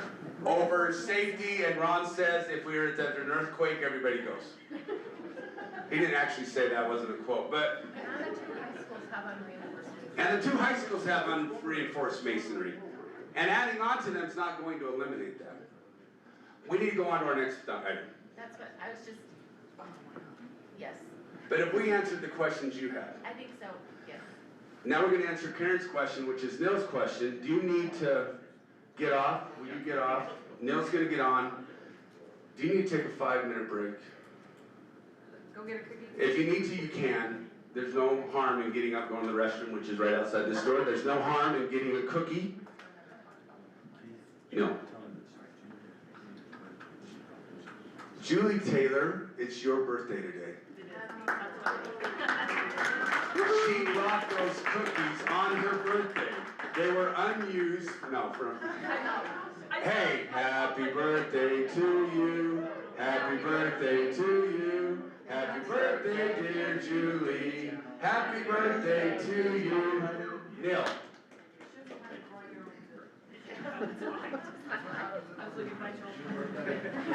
How are you doing? Maybe their stress doesn't work. All right, I'm gonna try and answer your questions. Yes, I will. Because nobody's gonna see those numbers. That's a little bit better. Everybody see this? Hope so. So the question was, how much and how do we do this? $110 million buys us 2 high school additions and an elementary school. What does that cost us? Well, right now interest rates are 5%, as I alluded to earlier. That will change. I'm very, very confident that will change in the next couple of months here as things calm down politically. I see you shaking your head. You agree with me? Like to hear that. He's a finance guy too, so it's not just me. So where does that lead us to? That leads us to a bond payment of $8.8 million to finance that. I know it's a lot of money, but that buys us what we need. Where does that give us the cost to average homeowner? $6.95. Now, why does it work out that way? When the bond was, by way of introduction, I'm new to this position, started here in January, so I wasn't part of the bond math, so forgive me if it seems cheaper, because it is. Why is that? Well, it's cheaper because currently we have 1, 2, 3 bond payments going on right now, or debt payments. Plus we have the CRA, Community Reinvestment Act, where we give property tax revenues to businesses or other community developments to help them establish themselves in the community and bring jobs, bring income tax, bring property taxes here, all those things for a period of time. Most CRAs are between 15 and 20 years. We have some that are coming off the books. So what happens here, right here, we have, in 2026, building will be paid off. That bond that we borrowed to build building, that goes away. That is about $215,000. It doesn't affect us a lot, but then in 27, actually, then next come down to 29. Our general obligation bond that we refinanced in 2015, the last half payment comes off the books. We save $1.6 million in 2029. In 2030, the other $1.6 million comes off the books. That's $3.3 million in savings. Then we drop down here into 2030. $3 million of property tax revenue that we are collecting and giving to those businesses comes back to the school district. And then, let's see here, again, 2031, last payment on Golden Spike comes off the books. So initially, the cost of this, what we cost to service our debt here, $8.8 million and $110 million bond, trickles down. So really here is the cost right here in 2031. Average cost per home, initially is $25 a home. Comes down here, $2.74. Average cost of the life of a 20-year loan, or what we call lease revenue bond, where you pledge revenue against the bond's collateral, is gonna average out to be $6.95 per home. Per month. On 450,000 value. 465. Current valuation on average right now in the county is about 465. And that's based on Zillow, not county valuations. Right, the way this works with property tax, we're on a fiscal year, so our year starts in July 1. Well, counties have from January 1 through now to try and figure out what the property is worth, and let's make an evaluation on it. We're trying to figure out what it would cost on last year's dollar numbers. And our county is growing a lot. We have a lot of commercial growth, we have a lot of residential growth. That new growth will bring in new tax revenue that doesn't impact the current residents who already have established home, established business. That's 100% new revenue coming to us. That's really hard to Neil, that's based on a 20-year loan. Yes. 20-year, Yes. And that dollar number is probably gonna come down if rates come down into the low fours, actually high threes, low fours. Literally, Zion's placed a bond package with another school district in March for 3.8% interest rate. Sorry, one question. Yeah. If we would have gotten the bond, like if you go through bond and you vote for the bond, do you get a better rate? Like is that? Marginally, the thought process was yes, you did. Again, talking with our financial advisor, we have a financial advisor for our school district, Zion's, and they consult lots of other districts as well. They said that it was about 0.25%. It was thought, previously that was a lot bigger savings, but it's really marginal between a general obligation bond and a lease revenue bond. Why is that? It's because there's an appetite for secure debt. Investors want debt that's going to return them a guaranteed return on their investment. There's nothing more guaranteed than the school district besides the US government. Literally, we have the power to tax and collect revenue from every property that ended our boundaries. You can't get better than that. That is why our debt is much lower than you're seeing right now on a mortgage. Mortgages are 7.25 to 7.5% today. Much better rate. Yes? Is your population growth 2,000 people per year included in this model? No. That is very difficult to model, primarily because where the land is at, there's a tax delay. So we tax the county assessor, and Lee will know this, taxes the land on January 1 as it's conditioned. So a homeowner builder breaks ground on November 30th and he has a foundation on there. That's still gonna be taxed on January 1 as a vacant land, not as a resident. So that home takes time to build, hopefully it's built by the following January 1, and then it gets the new valuation and we get new revenue. But for the entire year it's being built, we're collecting it as if it was a vacant piece of land. Well, I get that, but last year's houses that were built are gonna pay this year. Yes. I mean, it's a cycle, right? Yes. I mean, you think that you'd be able to put it in the model. With time, yes. Keep growing every year exponentially. Well, you told us that one Yeah, last month, maybe? they're gonna get more money. Which decreases it's all about how to market it, right? It decreases the impact to businesses and residents, if that's in the model, right? Yes, so our combined property tax rate for all different ones is about 0.005, so that's a 0.5%. So every new dollar of value that's non-residential commercial generates 0.5% of growth of new money for us. So it takes a long time to grow our way out of the problem. The majority of new growth in the county for valuation comes from commercial. Now we see a lot of commercial growth around us. Part of the problem is some of that commercial growth is tied to tax incentives. Inland Port up north in Garland, that new factory, Lakeshore Learning, that's a big factory, but we won't see any money for 20 years. Close to 25 years. Yes? I maybe missed this when you first started talking, and I'm sorry if I did. But this is only off of how much of a truth in taxation increase? Percentage wise, so this is a No, like the dollar amount, sorry, what was the total dollar amount? $8.8 million. That's the cost to service the bond. Sorry, I meant, so like, what is the amount, It's 110. for this, 110? So, Maybe a third of your plan, which means, to me, in 5 years, you're gonna either have to increase more or go back to bond again to replace that. So it's not gonna really go down to. replace what?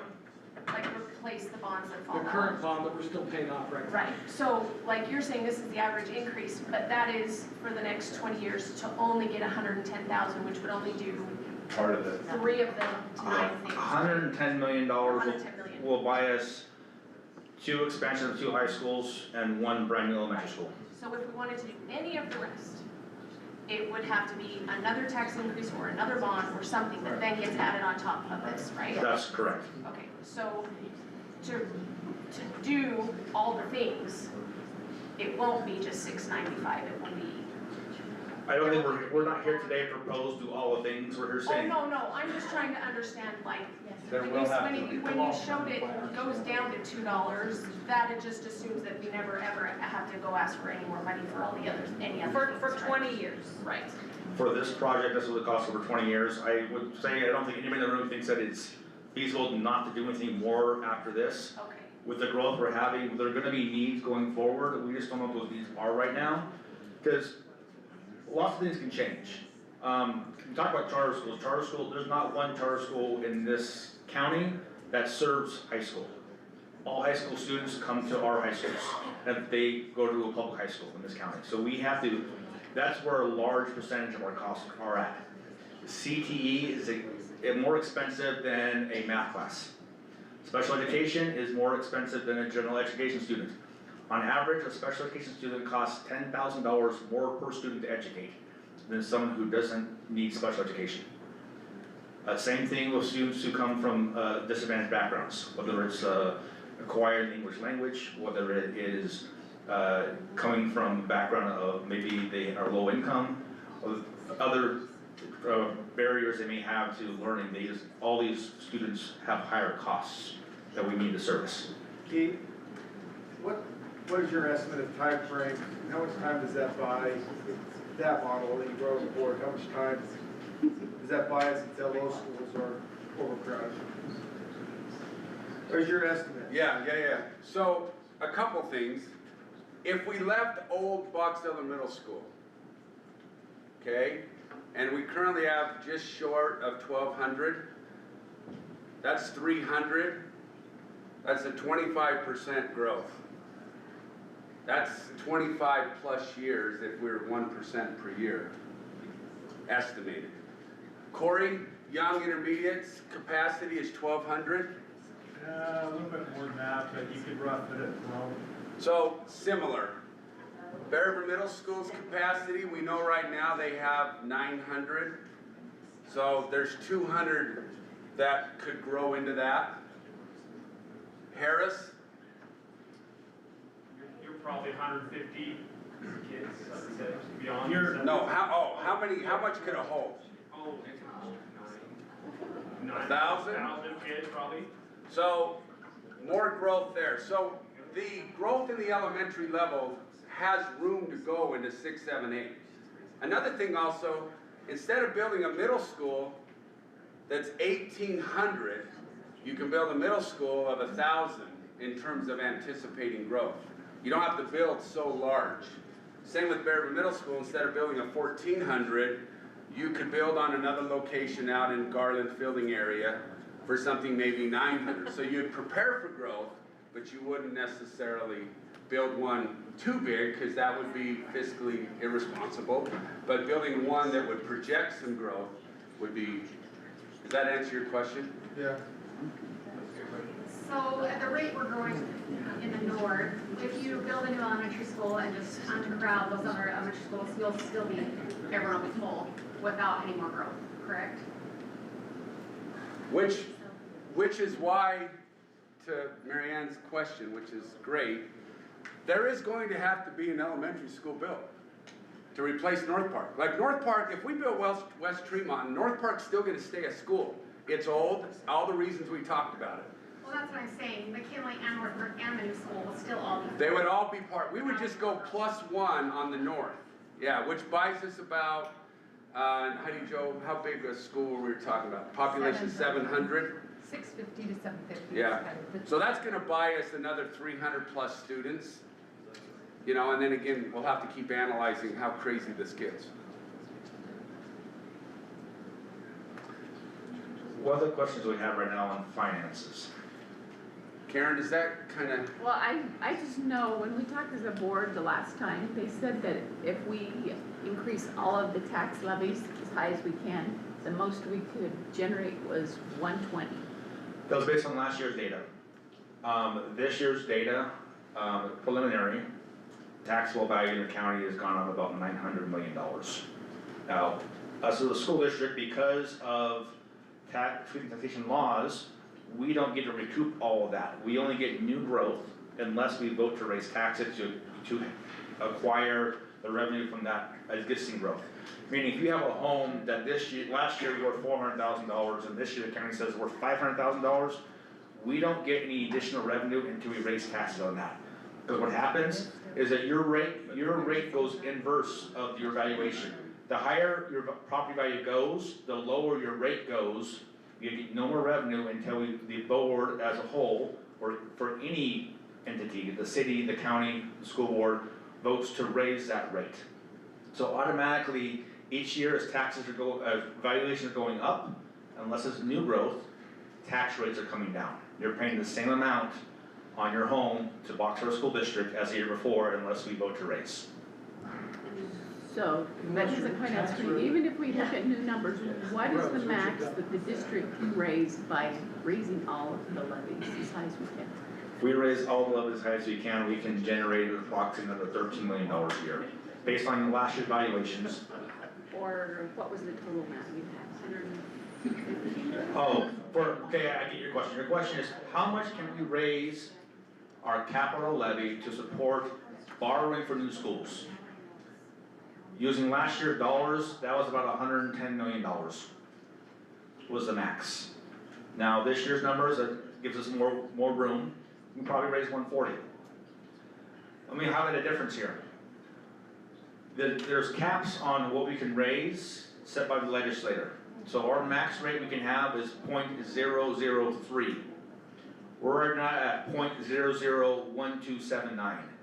So we're about a third of the way there on our capital levies. However, if the public board had approved the public bond that was put up for the voters last November, they could have raised $465 million.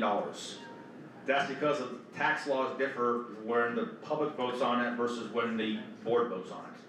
We have much tighter restrictions as a board of how much we can raise than if the whole public approves it. Does that help, Karen? Yeah, I just want to make sure we got that number. Yeah. But the 110 million is what you can come up with without another bond. Last year. Now we're saying maybe about 140. So let me explain the mechanism. We go and say we have this much valuation we need to raise, say $110 million. We calculate what is the cost to service that, like what is the mortgage payment on that? $8.8 million. So we raise $8.8 million via a tax increase on the capital levy. And that's how we get there. So if we were to max out that capital levy, we could borrow about $120, $130 million. Using last year's valuations, that we would max it out at. We're not proposing to max it out, but that's our upper limit. Excuse me? That's your overdraft. So the 8 million is what we would collect annually, Yes, but then we would take out a lease revenue bond to finance the 110 million. and pay, you use the 8.8 million to pay the bank, for the investors who buy our debt. Yes, If I could maybe just caution the $6.95, I mean, I get the math and everything, but that's also considering, to your point, we are gonna need to leverage in the future, probably, again, to solve future problems. So let's just not set expectations with everybody that we're going to $6.95 as an average over the long haul. Let's just be real about the number and not average it out over 20 years at $2.95. You know, just as a, and I'm not saying you did, I'm just maybe raising that concern that we don't set the expectation that that's what will occur when. well, that's what will occur for this financing, for this 110, that's the average cost per home. But this will change by 2033 probably, and Correct. that would change that. Can I tell you our So- concern, you're absolutely right, and thank you for re-clarifying that. Our concern when we started talking numbers like this was that 20 years from now, we would be maxed out still. Like, we would have absolutely no way to build another building because we maxed it out 20 years ago, right? We felt like we can't, that just puts the future down the drain.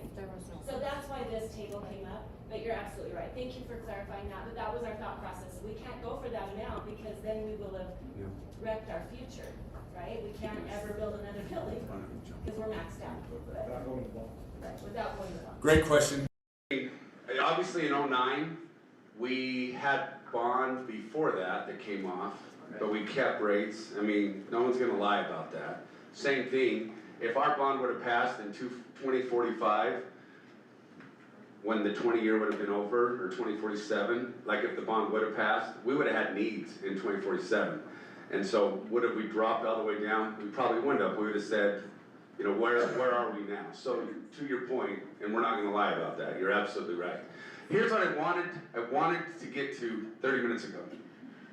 But there had to be some background. See, and I am so grateful for your patience, because this is a 3-year discussion. There's a lot of weeds you've got to crawl through to understand all of the ins and outs of this, and you're getting it just fire hosed right in your face. So go to the question, Heidi Joe. Which plan, and it might not even be on here, resonates with you? What are the pros and cons? We know that we talked about numbers, and Neil talked about maybe 110, but maybe we could actually get to about 140, but that's maxing it out, and maybe we don't quite go to 140, maybe we find another number. And by the way, one thing we have not talked about is selling property. The district has properties maybe that they thought 20, 40 years ago they might build on, but now it's like that's not gonna go, so you could sell property to lower. We do have some capital reserve that could lower. I mean, there's a lot of moving parts, but the point is, we want your opinion. So you've heard a lot, so now we're gonna go backwards. Sorry, go back one screen. How do you do? It's not, there we go. Sorry, it took 3 clicks. I don't know if you can see that, but let's take 5 minutes, and we're almost done, but let's just take 5 minutes. Hey, Keith? Yes. Just one quick question, because I saw your middle school numbers. What does this do to the high schools? If we go 9 through 12, where do our numbers fit into how many kids do we put in the high school? Because you're predicting it's gonna cost me $48 million to build something out of the high school and 30 some odd to build out of Bear River. So how many more kids are we gonna be putting in that high school every year, and what are our numbers gonna look like there? So, 2,000 for Box Elder, 1,600 for Box Elder, or for Bear River Middle, or Bear River High School, excuse me. And where are we at now? 1,500 and 1,200. Yes? If I look at the classes, like this year, 10, 11, 12, we had 9, it was more like 2,200. We just have this big bubble. If you look at the next 9 years, our biggest class is the sophomores this year. The big bubble's gone, and all of our classes are gonna be 900. I wish I had October 1 count. I will share it with you so that you can see the trend. But our largest class in the last 12, if you look K-12, our sophomores going into juniors next year, that is our largest class in the next 12 years as we sit. No, I can't project homes, bodies, high school, which area? Stephanie? The one question I would have is like going to online school, do we talk about like that, like if a student, can we provide an online option to? We are doing that at Fox, we're gonna do that anyway, that's another topic, but yes, as secondary schools, we're already addressing that issue. To create maybe some flexibility for some families. So the high school additions are ninth grade, room for ninth grade, and then also updating some things that were not fixed in the last one, like the Bear River, their science rooms can only plug in, what do you say, one microscope at a time. So, and then you have a class of 30 kids and they can use one microscope without flipping the breaker for the whole room. If we were to add on to the ninth grade, we would have to build vertical, and we would have to build an empty floor, potentially for additional growth as the communities come along. Remind me, Tremont, you're the really smart guy, building planner, your name? Jeff, well, I'm just gonna run with that title and go home. Jeff, is that right? Yeah. Go ahead. So, my one concern with this, knowing Tremont's infrastructure, and I know millions covers quite a bit, there's not a lot of available ground now within Tremont and service area. And so my concern as we start talking about these schools that are 6-digit square feet is the extra infrastructure capacity the school's gonna have to do to find the network. Now, and thank you, I don't know that. But I will tell you that the only school we're planning on moving, if we were to go to a 9-12, 6-8 model, is Bear River Middle School off that campus.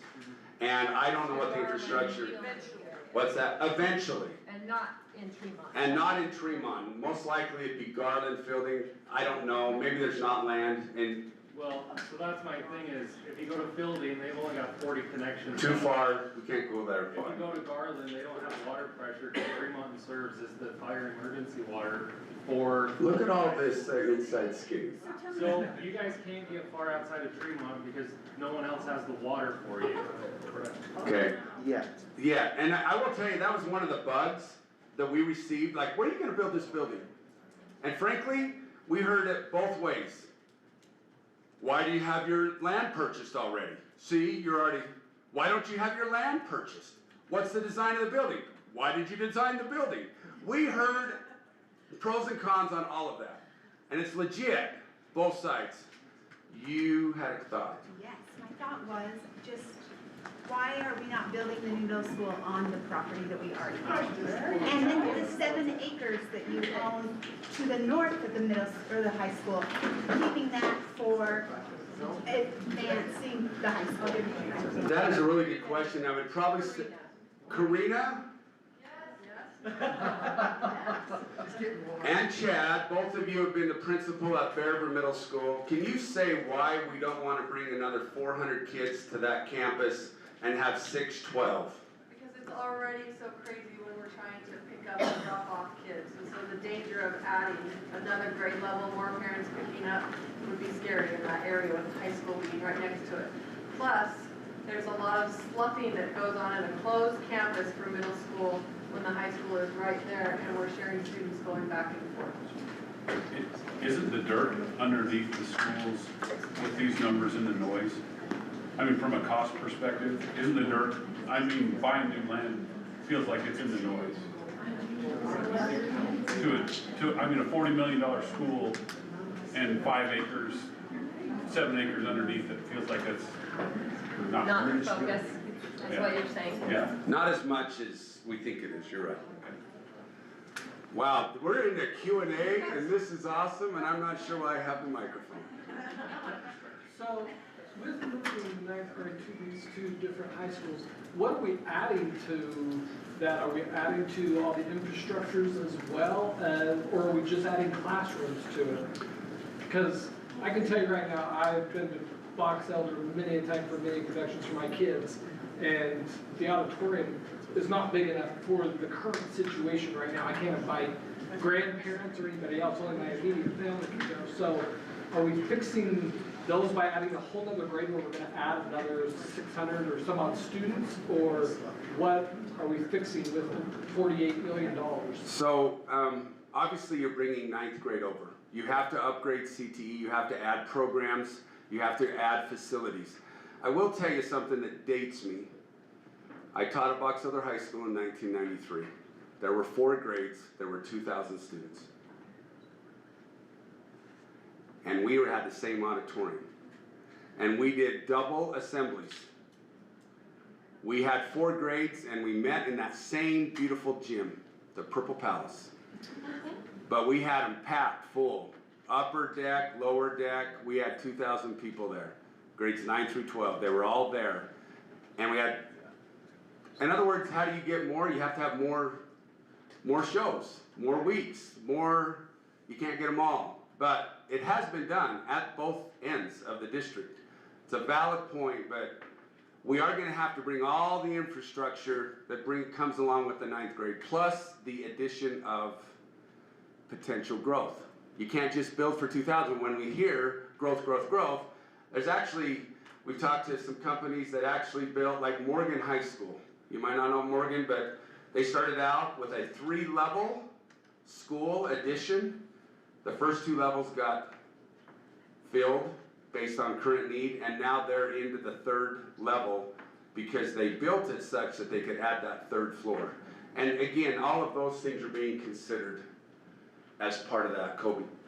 Okay, I just have a couple of questions. I've heard a lot in looking at dates on these schools. One of my biggest questions for us to make a decision, or at least give a better option, is what is more important to you guys right now, the population growth or safety of the kids?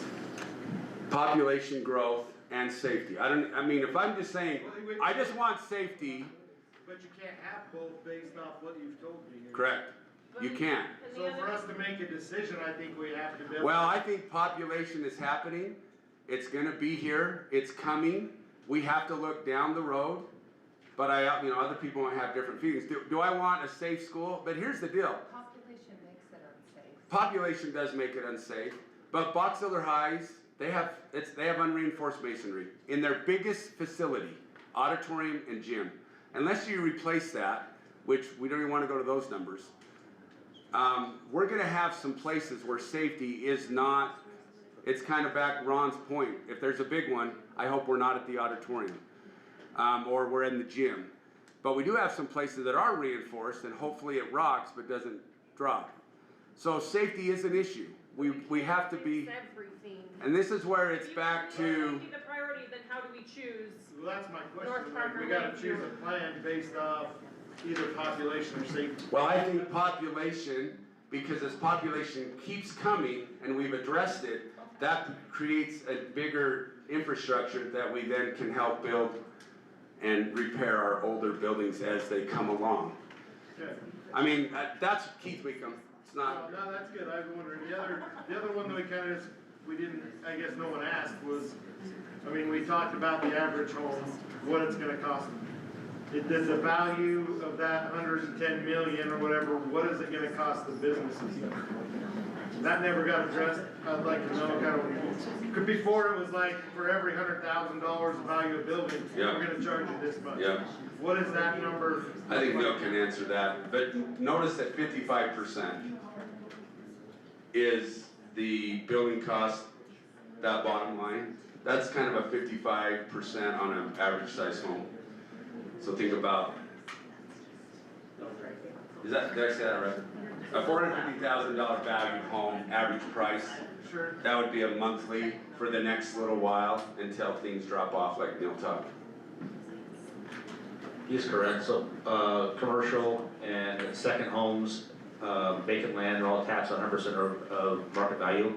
For homes, they're taxed at 55%. So take the 695, add 45% to it, and that's the average cost to a business, at that rate. So it's not double, Yeah, but there's no way, that's not correct. If that's the same figures you were using before, that's not, there's no way that's correct. Well, And I showed him the If your numbers, business, there's no way. if for a $450,000 business, that's what he's meaning, add 45%. If your business is $1 million, then it would be add 45% and then double, right? Did I say that right? Yeah, so that 45% greater than the 695 average per, at that $465,000 valuation. So $10 a month on a 465. Most business property, yeah, most businesses that have a storefront that they own, obviously is gonna be valued at greater than 465.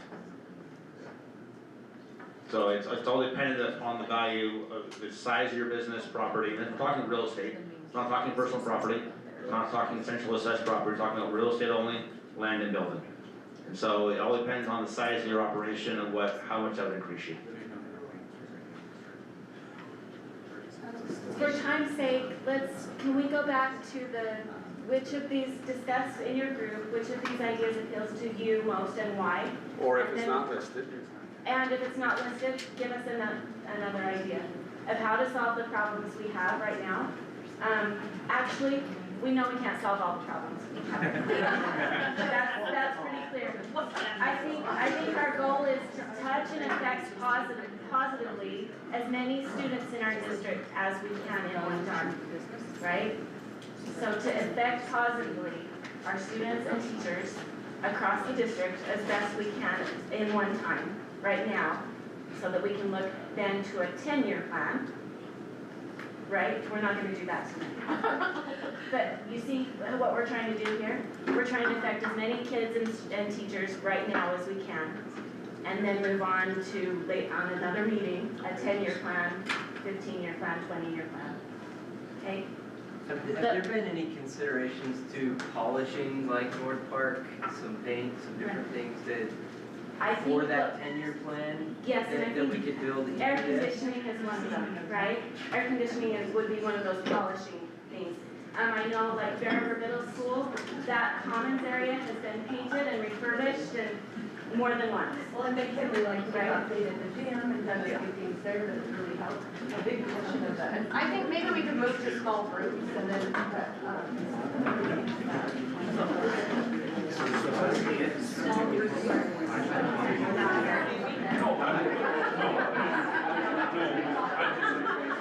There's a lot of things, right? And, I'm not with that. So I tried. That's where all this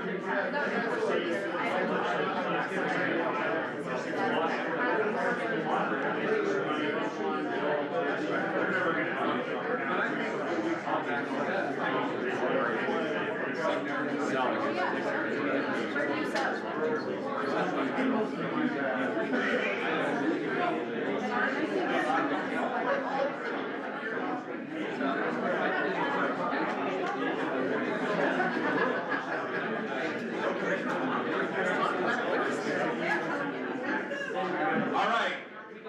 One, we're 27 minutes over, and two, there are two people that have an idea that has not been presented tonight, and I need to hear from them, and then they can walk out as we throw things at you. Just kidding, there'll be no throwing, but hit it. Your idea that you maybe didn't see, but you had a conversation about. All right. I'll shut up after. The only thing I haven't seen, and I'm wondering, my whole premise behind the safety population wasn't which do we really care about most, but if I have not seen any models here where it's possible to do remodels on buildings and expand those at a cheaper price than building new. So what, a little clarification, what he was talking about is when Bear River Middle, which has 3 portables, gets to a point where it's 6 or 7 or 8, do you just add on to Bear River Middle to accommodate the growth? not ignoring, but the safety's still there, but it's just not a priority quite yet. And you can help with some of that infrastructure on some of the buildings we've done in the past. Yeah, you can. So that was, and then obviously similar to Box Elder Middle School. So Corey, will you speak, and I may have misquoted, but can you speak to cost in general for new build versus additions and remodels and things of that nature? Yeah, so that's been a common practice in this district for the whole history of it. We can go all up and down. So 3 Mile Creek had an addition. Lakeview had an addition. Mountain View had an addition. Foothill had an addition. North Park had an addition. McKinley had an addition. Century had 2 additions. All of these have had multiple additions. If you look at Paris, ACYI, if you look at Box Elder Middle School. Box Elder Middle School, Bear River Middle School. McKinley updates. McKinley had an addition. I'm struggling, okay, Garland, that's easier. Garland did not, and Fielding has not yet. But we're looking at that, adding some onto there. The high schools have had multiple. Bear River High, I think we've lost track of how many additions were done in that building. Literally. Look at the color. Literally, it's just a long string of dates. And if we were to add on to Bear River High and Box Elder High, those would be additions for the 9th grade. It's not a tear down and rebuild. And talking with architects and contractors, and if you've looked at additions on your own home, new build is so much easier and simpler, and depending on the situation can be less money. It all depends. He knows the guy. Yeah, he knows the guy. Plus I told him, if your contractors all say it's more expensive, I'll give you the one that did all my commercial buildings and it's half the price. So, right. So it really can depend, because how old is the building? What is the infrastructure like from that? It's gonna cost more to add on to ACYI, or sorry, it'll cost less to add on to ACYI in Harris that were built in the mid-90s versus North Park and Lakeview that were built in the 60s. So here's for instance, North Park. Could we add on to North Park? Of course, we could get an architect and a contractor, they could come up with a plan to add on to North Park. But part of adding on to North Park is taking care of the plumbing. We have sewer issues there that we get sewer line breaks because it's older. We had that at Bear River Middle School last year. So add on to the school, yeah, let's add a wing onto there, but we still have the old issues throughout the rest of the building. Do we take care of that at the same time? When I came onto this in 2018, we were in the middle of replacing plumbing at McKinley and Bear River Middle School, just the supply lines. And that was, I think, $1 million per building, split over 2 years. That didn't replace the sewer. And then we had a problem at Bear River Middle last year with the sewer that kids got to be virtual for a day and a half while we cleaned that up and fixed it. No dumb dad jokes to that. So, it's really a loaded question. It depends on the building you're adding onto and how much of that infrastructure. Was I specifically general enough? What about reinforcement? Okay, so reinforced masonry, it depends on how you reinforce it. This was about 4 or 5 years ago. I asked an engineer, a structural engineer, for just general numbers. Foothill Elementary at that time was not closed yet. And I asked, this is a building of about 43,000 square feet. What would it take to reinforce the masonry? It's from 1962. And like 4 years ago, they said, without really looking at it, I'm gonna rough guess about $7 to $10 million to do that, reinforcing the masonry from the 1962 building?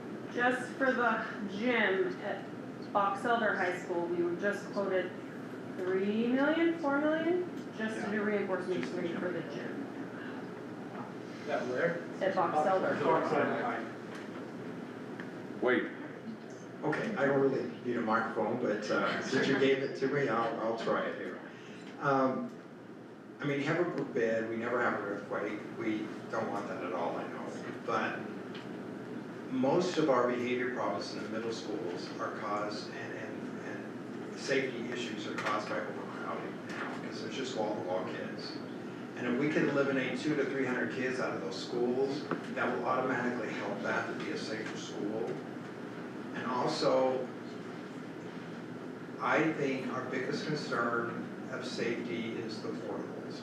Because anybody can go into a portable in this day and age. There's a lot of crazies, they could do anything. And I think anytime we can eliminate those portables, I think that's a real plus for safety for our kids. And so that's just my 2 bits on that. I think there's other things in safety to look at, not just the earthquake thing, which is certainly important as well. And Keith, with all these ideas, and I can tell you if I'm wrong, most of this, the only one that's a new build that seems urgent is the West Tremont. Right, the rest are remodels. The rest are remodels. Right, and so I guess they are looking at that to a degree. Well, LV, so in idea 2, Lakeview would be that would be a brand new school. And North Park would be a brand new school. Now the question is, Lakeview could be built west of ACYI, the district owns property there, or you could build it on site, you know. Anyway, the question is, how do you get stuff, anyway. But the new middle schools down on ideas 12 and 13, that's a new build as well. Yeah, that'd be a new build, or maybe it's a remodel, but it's the idea of a new build on that. That price is a new build. Most of these are new builds, except for the addition onto the high schools, that's an addition. Most everything else is a new build at some point. But what other things you talk about? Yes. I know you like this. No, You're more tougher on that. There's a big thing that's not being addressed. Speak up. And that is, speak louder? Yes. That's why I wanted to. Okay, I feel like there's a big thing that's not being addressed though. And that is if the community supports and wants the grade realignment. And me personally, I have talked to so many people in the last few months. It does not seem like that is what they want. They don't want the 9th grade with the high school students. They don't want 6th and 8th grade together. They like the 4th grade bands. And I just wonder where that is in this discussion, because I appreciate that you've laid out, like, here's all these options and here's the cost and you know what I mean? But if we don't do that, it seems like it frees up a lot of money to do the things that are more dire. And the one thing I do hear about is that while it would help overcrowding at the middle school, the 2 middle schools are old. They're old and depressing, and I mean, anybody whose kids have gone there, it's not a happy, I mean, it's like, we would love a new middle school, and it seems like most people would support building a new middle school way before they would support adding on to the high school just to move the 9th grade. So I'm just wondering, like, collectively, what the opinion is, because that's being said over here, and I don't know what the opinion is otherwise. Let's take a poll. We took the surveys, I know we took surveys after, what was said about that? There's a third, and a third. A third didn't like it, a third didn't care, and a third liked it. I think it would be fair to do it like in this room, just raise your hand, can we do that?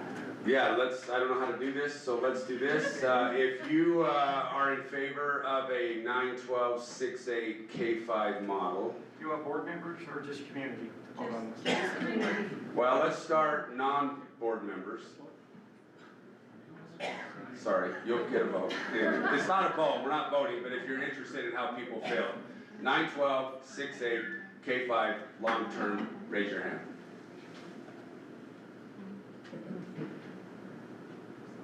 K-5, 7-8, excuse me, K-5, 6-7, 8-9, keep the same, 10, 12, raise your hand.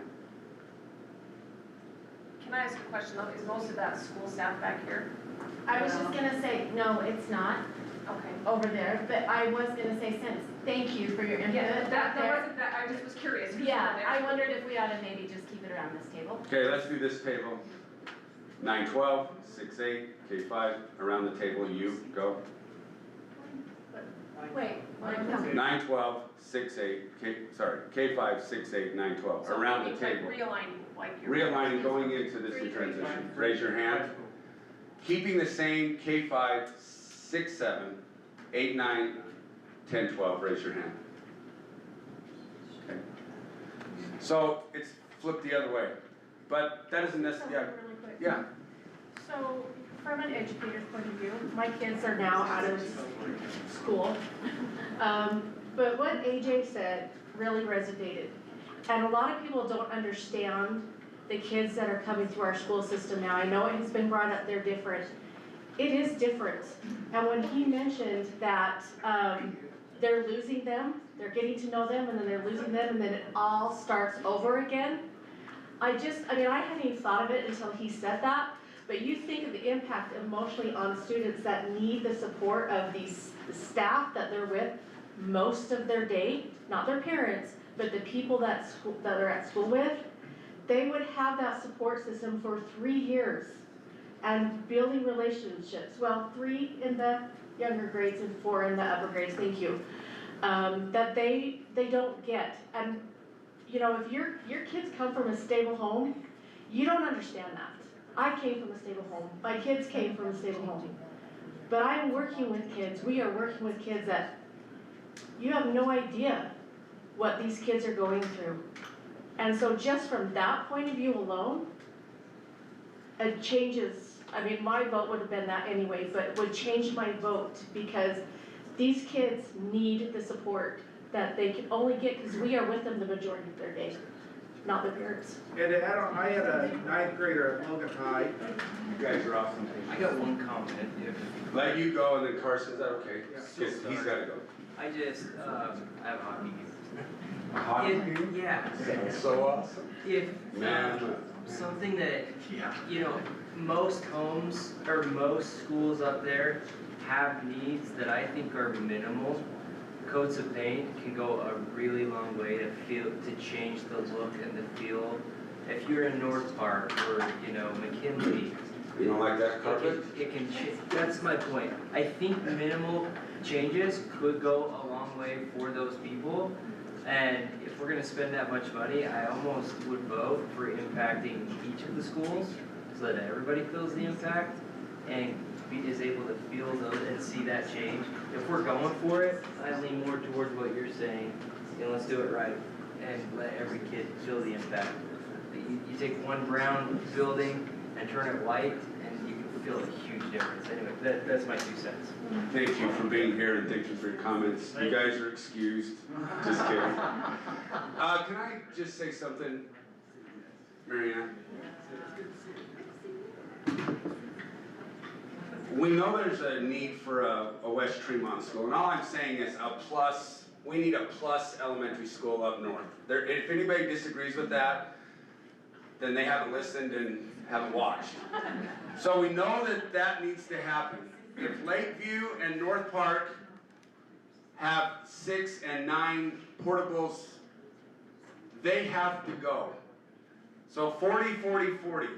If you're gonna build a middle school, it can't be 1,000 anymore because we gotta project growth. It's gonna have to be 1,400. Now we're at 70, and that's today. If we don't build that, you know what I mean? We have to build something bigger than what the quotes are. 70 on both ends, again, they're not the same size, so obviously one might be bigger, one might be smaller. So then the question is maybe just build half of this, right? Well, but you said we're on a bubble that's not continuing, so which way is it? Do we need to build for growth? Well, the elementary is Oh, going. no, not the elementary, sorry, I'm just talking middle school and high school. If are we building for growth, because you're saying we couldn't just build for 1,000, we'd have to build for 1,400 to add for growth? Well, if we're not gonna change the configuration, then 8-9 is going to be a 1,400 eventually middle school. Well, then wouldn't that mean that the high school would eventually be a 2,400? No, because there'd only be 3 grades in it. So it's gonna eventually be an 1,800. No, I mean to put 4 grades, sorry. Oh, yeah. You're saying it would have to fit 2,000, but to plan for growth. Yeah, and that's why a triple decker addition, so that there always could be growth. And then I guess there is a point, I don't know when this happens, there's a point where Box Elder County becomes one of the other counties down south, and and when that happens, then I hate this, but there could be a 3rd high school. And having friends in Pocatello and Highland, and then all of a sudden there was a Century School, holy moly. Or you could go ask Cash when they took Mountain Crest and split it, and Skyview and split it. There's some growing pains, but they had the growth to do it. And that's something that we certainly could look at. Rod, I'm sorry. I heard Ron. He's so nice. Rod, you're so awesome, you could have thrown an apple. Carson, back to you. So just to go on to your point about like, in your point, right, like I was at Logan High last year in top, and they're 9 through 12 or whatever. I had a 9th grade up there that moved to Brigham that I had as a 10th grader. He failed every class of the 9th grader up there. Didn't come, skate, drugs, all that stuff. He was put into my class first try this year, and it was a recognizable face. He did the best he's done his 8, 9, whatever in Logan. So to your point, right, a recognizable face or somebody that can build a rapport with does help kids that are in that, yeah. So that's all I'm saying, so to agree with your point, like having 4 years with the kid, building relationships and rapport does impact learning exponentially, rather than, hey, we're 2 years here, 3 years there, because I was a Willard kid, so we went Willard Elementary, 3 Mile Creek, ACYI, middle school and high school. So I went to 5 schools, and it just seems like it was. And to that point, for those intermediate middle schools, they're losing 50% of their kids each year and getting 50% more, and it's a lot of kids, right? Like it's a bigger middle school than it would be. So being able to bring in 3 grades and only losing 30%, even for the administration and the teachers in the building to get to know 30% of the kids each year instead of 50%, like that's a major difference. It really allows you to get to know them and build a long-term relationship. But thank you for saying that. Lisa. Could I just ask, what are your apprehensions? Like, what is it? Is it emotional? Are you asking me? Yeah. Oh, I'm sorry. I'm sorry. Or what did the people you talk to say? Yeah, what is your apprehension? Because I have taught on both systems. Yeah. I had 9th graders for 15 years in the high school, and then I also taught the middle school, so I've seen both of them. And I was just wondering what it is. Is it maturity? Is it social? What is it your concerns are? All the things. So I moved from a district that had 9 through 12, so it's not like I've never done it. Okay. And my kids did high school there. Okay. I came here, was a huge fan of this 4th grade school. It is one more translation level, but the maturity, the way that you teach like 6th and 7th and 8th and 9th, I thought, this is amazing. It keeps kids with similar maturity together. And my kids have loved it. Like they love that 6th through 7th is this kind of transition from elementary to middle school, that the middle school is just 8th and 9th together. And do I see that there's academic benefits and sports benefits and transportation benefits to the high school? Sure. But I also have 3 daughters in a row, and I have sons. I have a son, 3 daughters, and a son. To think of my daughters at 14 going to a high school, eating lunch, I've seen it. I had it like eating lunch, being in seminary, being at all the games, being at the dances, because you're gonna wanna go to the dances because they're at the high school, right? The social, emotional, developmental to having 9th graders with 12th graders is a massive connection. concern. And I've been surprised, and I know that it was that way here, right? But you guys went to that system for a reason. And to understand that, you know, all of Weber County, all of Davis County, they all do 7 through 9, 10 through 12. They do not have 9th grade in their high schools, right? The majority of schools, to my knowledge, I did research, showed the majority of schools in Utah are 10 through 12. Right, they are. The majority of high schools do not have 9th grade in high school in Utah. They make it work. They make honors classes. They have advanced classes for the 9th grade at the, you know, junior high. Because it's junior high, when it's like 7 through 9, right? And for So I get me, your point. I will say, having taught on both systems, I taught French, and so in my French 1 class, I would have 9th, 10th, 11th, and 12th. yeah.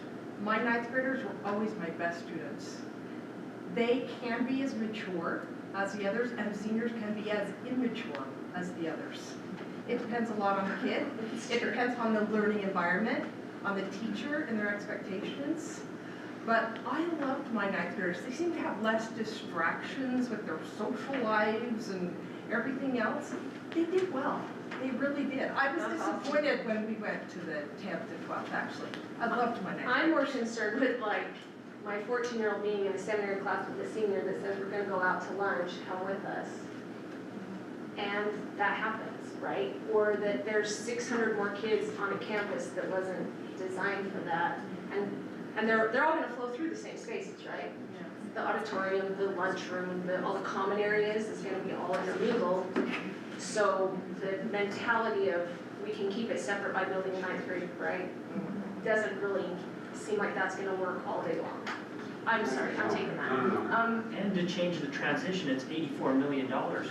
We can build a school with $84 million. Yeah. And I will throw out one thing for myself. That's why I can't get, I see what she's saying, talking about, I've been there on both sides, but it's a safety factor for me, is my professional law enforcement. Yeah. I look at safety. You put 9th graders in there, yeah, we're saying, and I get it, and there's a certain level of familiarity. There's also the possibility you're increasing the odds. You start to study the nation and shootings in schools, you're gonna find out that they're gonna happen far more. Part 9 through 12, I almost guarantee you, took a look at the numbers, the more students you have in the school, the more likely you are to have an incident occur, versus the smaller the school, the less likely to have an incident occur. Because getting to know them is important, but you start to make big numbers, 2,000 students, 2,300 students, and it's easier for one kid to get lost really quickly, and then they come off, and that's where you have your school shooting. And you bring up a good point, Lee. I'm just concerned about every 6A school that's 10, 12. Yeah. They're 2,500 to 3,000. I don't love that Where are all number. the shootings happening and all the stabbings happening? That's my point. It's a concern because they're in those big schools with all those students, and that's where all of our violence is occurring in our state. Is when you get 2,000 plus, the violence level happens to go up, and I don't know how you stop it, because you can't hire enough policemen, you can't get enough counselors. There's just no way. It becomes really, the larger it gets, the bigger the problem is. And I might also add, just at the same point, the bigger the middle school gets, the more problems there are. There's more behavioral problems. Even 8, 9, at 11, almost 1,200, just 2 grades. It's a tough place, and you have to walk it, live it, teach it. And we have people in this room that have walked it, lived it, teached it, and it is hard to have good language, Keith. Where you from? I'm from Idaho. But my point is there's safety concerns having a school that's 1,400 eventually with 2 grades. I'm just talking, all it takes is a little bit of growth, right? So let's talk probabilities here for just a second. I mean, I understand school shootings are a big deal and they're horribly impactful. But what are the, I mean, if we're looking at probabilities, what are the probabilities of that occurring versus probabilities of, as a result of a substandard facility creating a bigger problem with crime because they can't support themselves later? Does that make sense? Yeah, that's a good question. So our CSTAG training says that a school will encounter a school shooting once every 6,000 years statistically, just. Okay, and that's kind of. the number we have, I mean, from a statistical standpoint, or from just a probability standpoint, I mean, sure, if something happened, it would be devastating, just like an earthquake. If an earthquake happened, it could be devastating in some of these schools. But let's look at the probabilities versus the probabilities of the everyday problems that we're doing. That would be my. Yeah, from bumping shoulders in the hallway, right? Daniel. I was very anti-reconfiguring before the educator talked about the psychology of the kids presently versus the psychology of the kids in the past, right? I went through ACYI and the middle school and the high school, and it was perfect then. But I absolutely understand how kids are maybe needing a little bit more attention than they were in the past. So yes, the likelihood of school shooting is a lot larger the more kids that you have, but if those kids are getting more attention because they had more time together, the likelihood of them needing to act out at all should be mitigated if the education has been successful beforehand. The one thing I'll say to that, and I'm sorry if you were trying to go somewhere else with this discussion and we've gone off in the weeds. These were all ideas that you talked about, But thank you. We just wanna know what you're Right thinking. now, they go from a 1,200 person school to a 1,600 person school. That's the transition from middle school to high school. If we do this, if you do this, they will go from a 900 kid middle school to a 2,200 kid high school. And if you think that that's going to give them the attention that they need, that doesn't make sense to me at all. They're gonna go from a 900 kid school, and then they're gonna go to a high school with 2,200 kids. And not feel lost, not feel like they're, that's a huge jump. But I'm gonna have the same favorite teacher for 4 years as opposed to 2. No, it'd be 3. Well, in theory, you don't have the same teachers for 9th through your 10th, 11th, Well, and 12th, depending right? Mine, depends on the subject. So Well, the that's. choir teacher or, right, is that what you're meaning? Right. Can I just tell you about a model? Do you know who is the most influential on middle school, high school kids? Which person has the most influence on them? Their coaches. What's that? Mr. Beast. Thank you, Malone. Friends. There are schools in 9-12, if you do it right, that you have mentors from 12th grade, 11th grade, being mentors, building leaders, helping 9th grade adjust. There is mentors. These kids are phenomenally gifted and they can give and help and teach and support. Yes, they could be the other way. But the reality is there's an assumption that a senior can't help a 9th grader get through the rough that he's gone through that mom and dad did 30 years ago. They know they could mentor, they could tutor, they could help, they could support, they could navigate how you get through this. The same thing could happen with an 8th grader. Let me help you 6th grade, but if we don't want them apart, that's fine, you stay there. I don't know why 7, 8, 9 and 6, 7, 8. And if all the models are 7, 8, 9, I don't get the difference. Either 7, 8, 9 or 6, 7, 8. 1 year, a little more mature. I think they rise up to the expectation of the school and the feel of that school. So I think seniors can help 9th graders get through it. Why? They just went through it. Mom and Dad, I graduated in '86 for crying out loud. Until my 2022, let me tell you how high school was 40 years ago. Now you have someone from 2021 or 2020 saying, let me help you get through this. Let me tell you how I got through, and here's my pathways to success. That is a phenomenal, but it can be bad, I get it. Well, It can go the whole other direction. It can, I'm not gonna lie. But I would say our students are so good for the most part. So good, and they can have a positive change. If you asked every principal back here, a percentage of your student body that you have to battle with maybe extreme behaviors. They just aren't getting it. Is there a number you could even dare say? Less than 10%. What? Less than 10%. So that means 90% can be a positive impact on kids, and you can go, and let's help you get through that. I can't. I know you can't. I'll talk loud.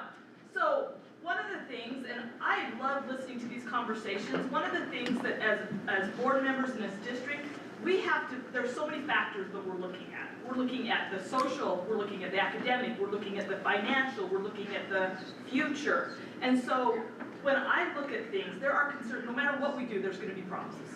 And when we talk about ideal, like in life, we always wanna say, well, you know, if we say, if we get the right plan, then it's all gonna be perfect. It's not.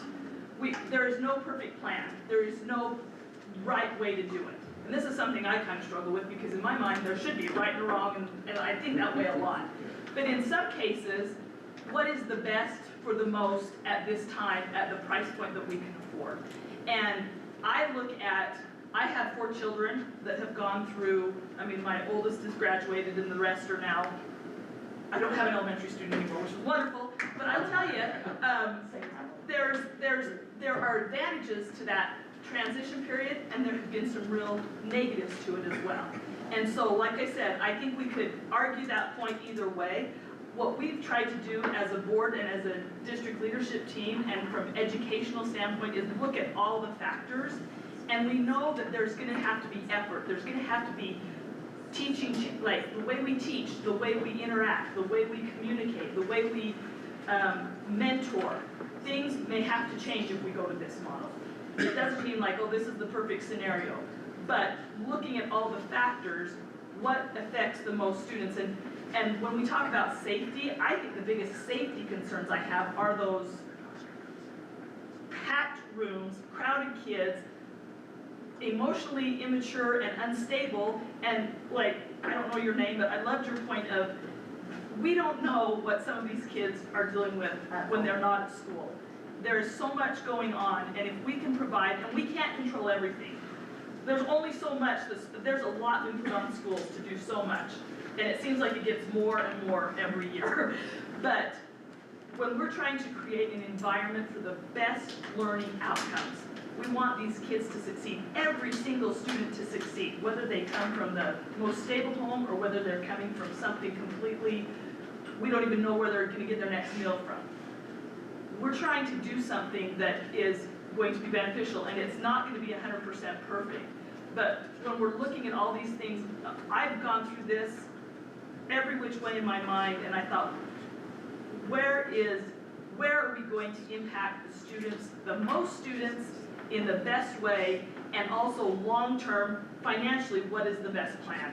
And so, when we talk about these things, and I appreciate all the input, and I appreciate all your ideas and what we've been talking about, but there's a lot, and we want to continue these conversations as well, and I know we've had some, and there's going to be, and I'm sure Tiffany's going to wrap us up here, sorry, I'm just talking too much, but as a community, if we can come together, and whatever we decide, whenever we decide it, hopefully we have to make some decisions soon. If we can support whatever happens and then move forward as a community and work together to make whatever solution work, then I think we're gonna be successful. But if we're gonna continue to fight and argue, and not that we can't have differences of opinions, but we need to say, okay, this might not be my favorite plan, and it might not be the plan I want either. I don't know.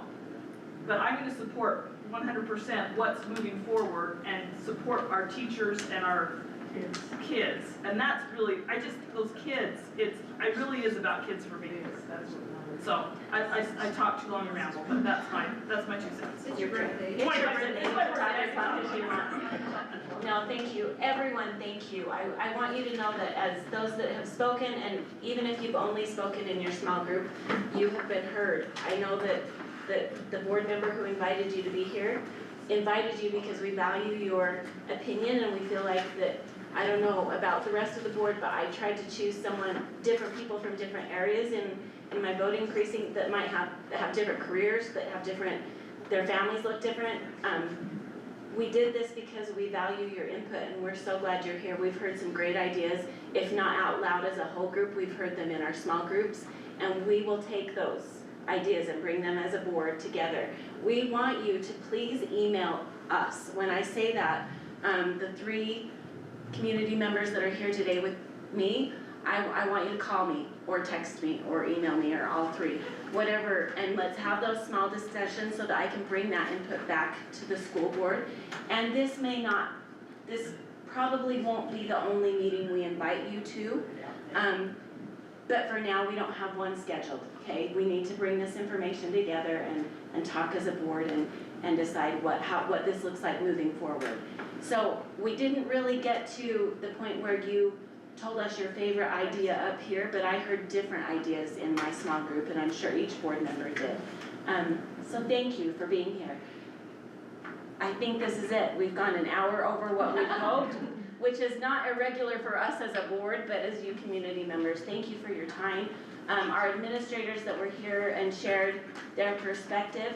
When you have questions as parents and community members, our administrators who are on the ground, our teachers who are in the classrooms, those are the people really that, they're the experts in this. They know what it's like at our schools, and thank you for being here, for spending your evening, your first day without students. Thank you for being here tonight to share your insights. Can you put back those plans up on the screen as we're leaving? The ideas? Yeah. Yes. Can I just Did you want to email out explain how to email contact to you our first? people? Pardon me? Can we get it in an email so we can email it to these people so that they can look at it at home? I would think so, Oh, those yeah. different ideas, of course. I already have it, I think you already have it as Yeah, email. but I like their one slide, it's easy to see all of them. Sure, this is a good slide. Do you wanna just say, Yeah, to get to we'll your resend contact that and then information? make sure that all of you get that. If you're wondering how to email a board member, You click on the school board on the top blue ribbon and then scroll down and find your board member and there's the contact information. stupid pictures. Okay? Yeah, they're adorable. Yeah, we know where you live. Yeah, you know where we live. My people have my phone number. It's, I mean, you know. So this is what you're wanting us to send out to you? Yeah, yes. Perfect. Well, and can you leave it up for just a couple more minutes? Yes. That'd be okay. Why don't you can even take a picture? screenshot it too. That's, Well, and with some additional data behind the information, right, behind the idea one, what exactly is, other than 48 million. what exactly are you doing to Box Elder High School? What exactly are we doing for 38 million or 36 million, that they're at Rice? Thank you. Corey, We can do that. do you want that in an email, or can that be done in 2 minutes? Well, I'd prefer it in writing so that, Sure. so that I could, study it a little bit. And Yeah. go- Look at it with this plan. Yeah, because it's gonna come down to some, give and take. I think the concern would be is like you would say, you promised with that 48 million, this would get done, and I hope we understand as a group with the numbers fluctuating the way that they are, we would have a wish list with what would be done at Box Elder High School, and we even have some things being developed, like ideas, so that could change, right? We could give some approximate things. Approximate. I would caution that we have some things we're working with the high schools, but everything else is kind of like not developed at all. The cost of what we would do with that is very preliminary, pie in the sky type information. And there will be a committee too that would help take that structure for the high schools and refine it to make it the best. can you remind us what the cost of the bond was that was voted down? 220 million. Oh, sorry, I meant the cost of the average home. Oh, 1986, right? 1986. So it was voted down at 1986 a month on an average home, right? Any other questions before we take off? One thing I'll just suggest to the school board though, you ought to, because it kind of came up here with infrastructure and things, you ought to talk to Brigham City Tremont leaders, along with the county, to know where we're going tax-wise, because you're talking about property taxes, and when we talked, we did truth in taxation in the county last year, and we were asking for a whole heck of a lot less than you were, and we went with less than that even on our total property tax that we requested. But I can tell you that the citizens were not happy about anything. And they took it out on, your bond thing that you guys put out, the vote one, they took it out on us as a county because because we send the tax notices out, everybody goes, well, the county does it. It's not the county. We're doing it in behalf of the school district, in behalf of Brigham City. The county's name goes out on those tax notices. The county doesn't get all that money. We have to distribute it. We're just a middleman that gets to do all the work on it. And so I just think it's good to talk with those other government entities to see what they're doing. Because if Brigham passes a 15% property tax notice and you want to do this, I'm gonna tell you right now, the citizens of Brigham will vote anybody out of office, and they'll run you out on a rail, because you pass this with the 15%, Brigham does theirs, I just tell you, the voters will have enough, and you'll have revolt. It'll be French Revolution all over. I speak only for myself, and remind me your name? Lee Perry. Lee Perry, Mr. Perry. We're talking about classrooms for kids, and if you wanna vote me out of office for getting classrooms for kids, vote me out.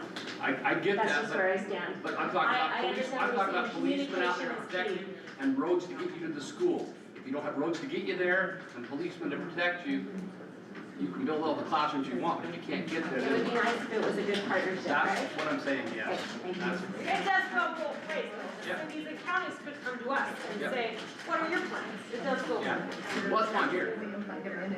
Well, to be honest, like, everywhere, a lot of cities and school districts work together, they have rec centers, they have certain types of things, why haven't we been able to do that with the city? And it's on both sides, not just, but like, it's crazy that we don't. Thanks, everybody. Thank you. Drive home safe.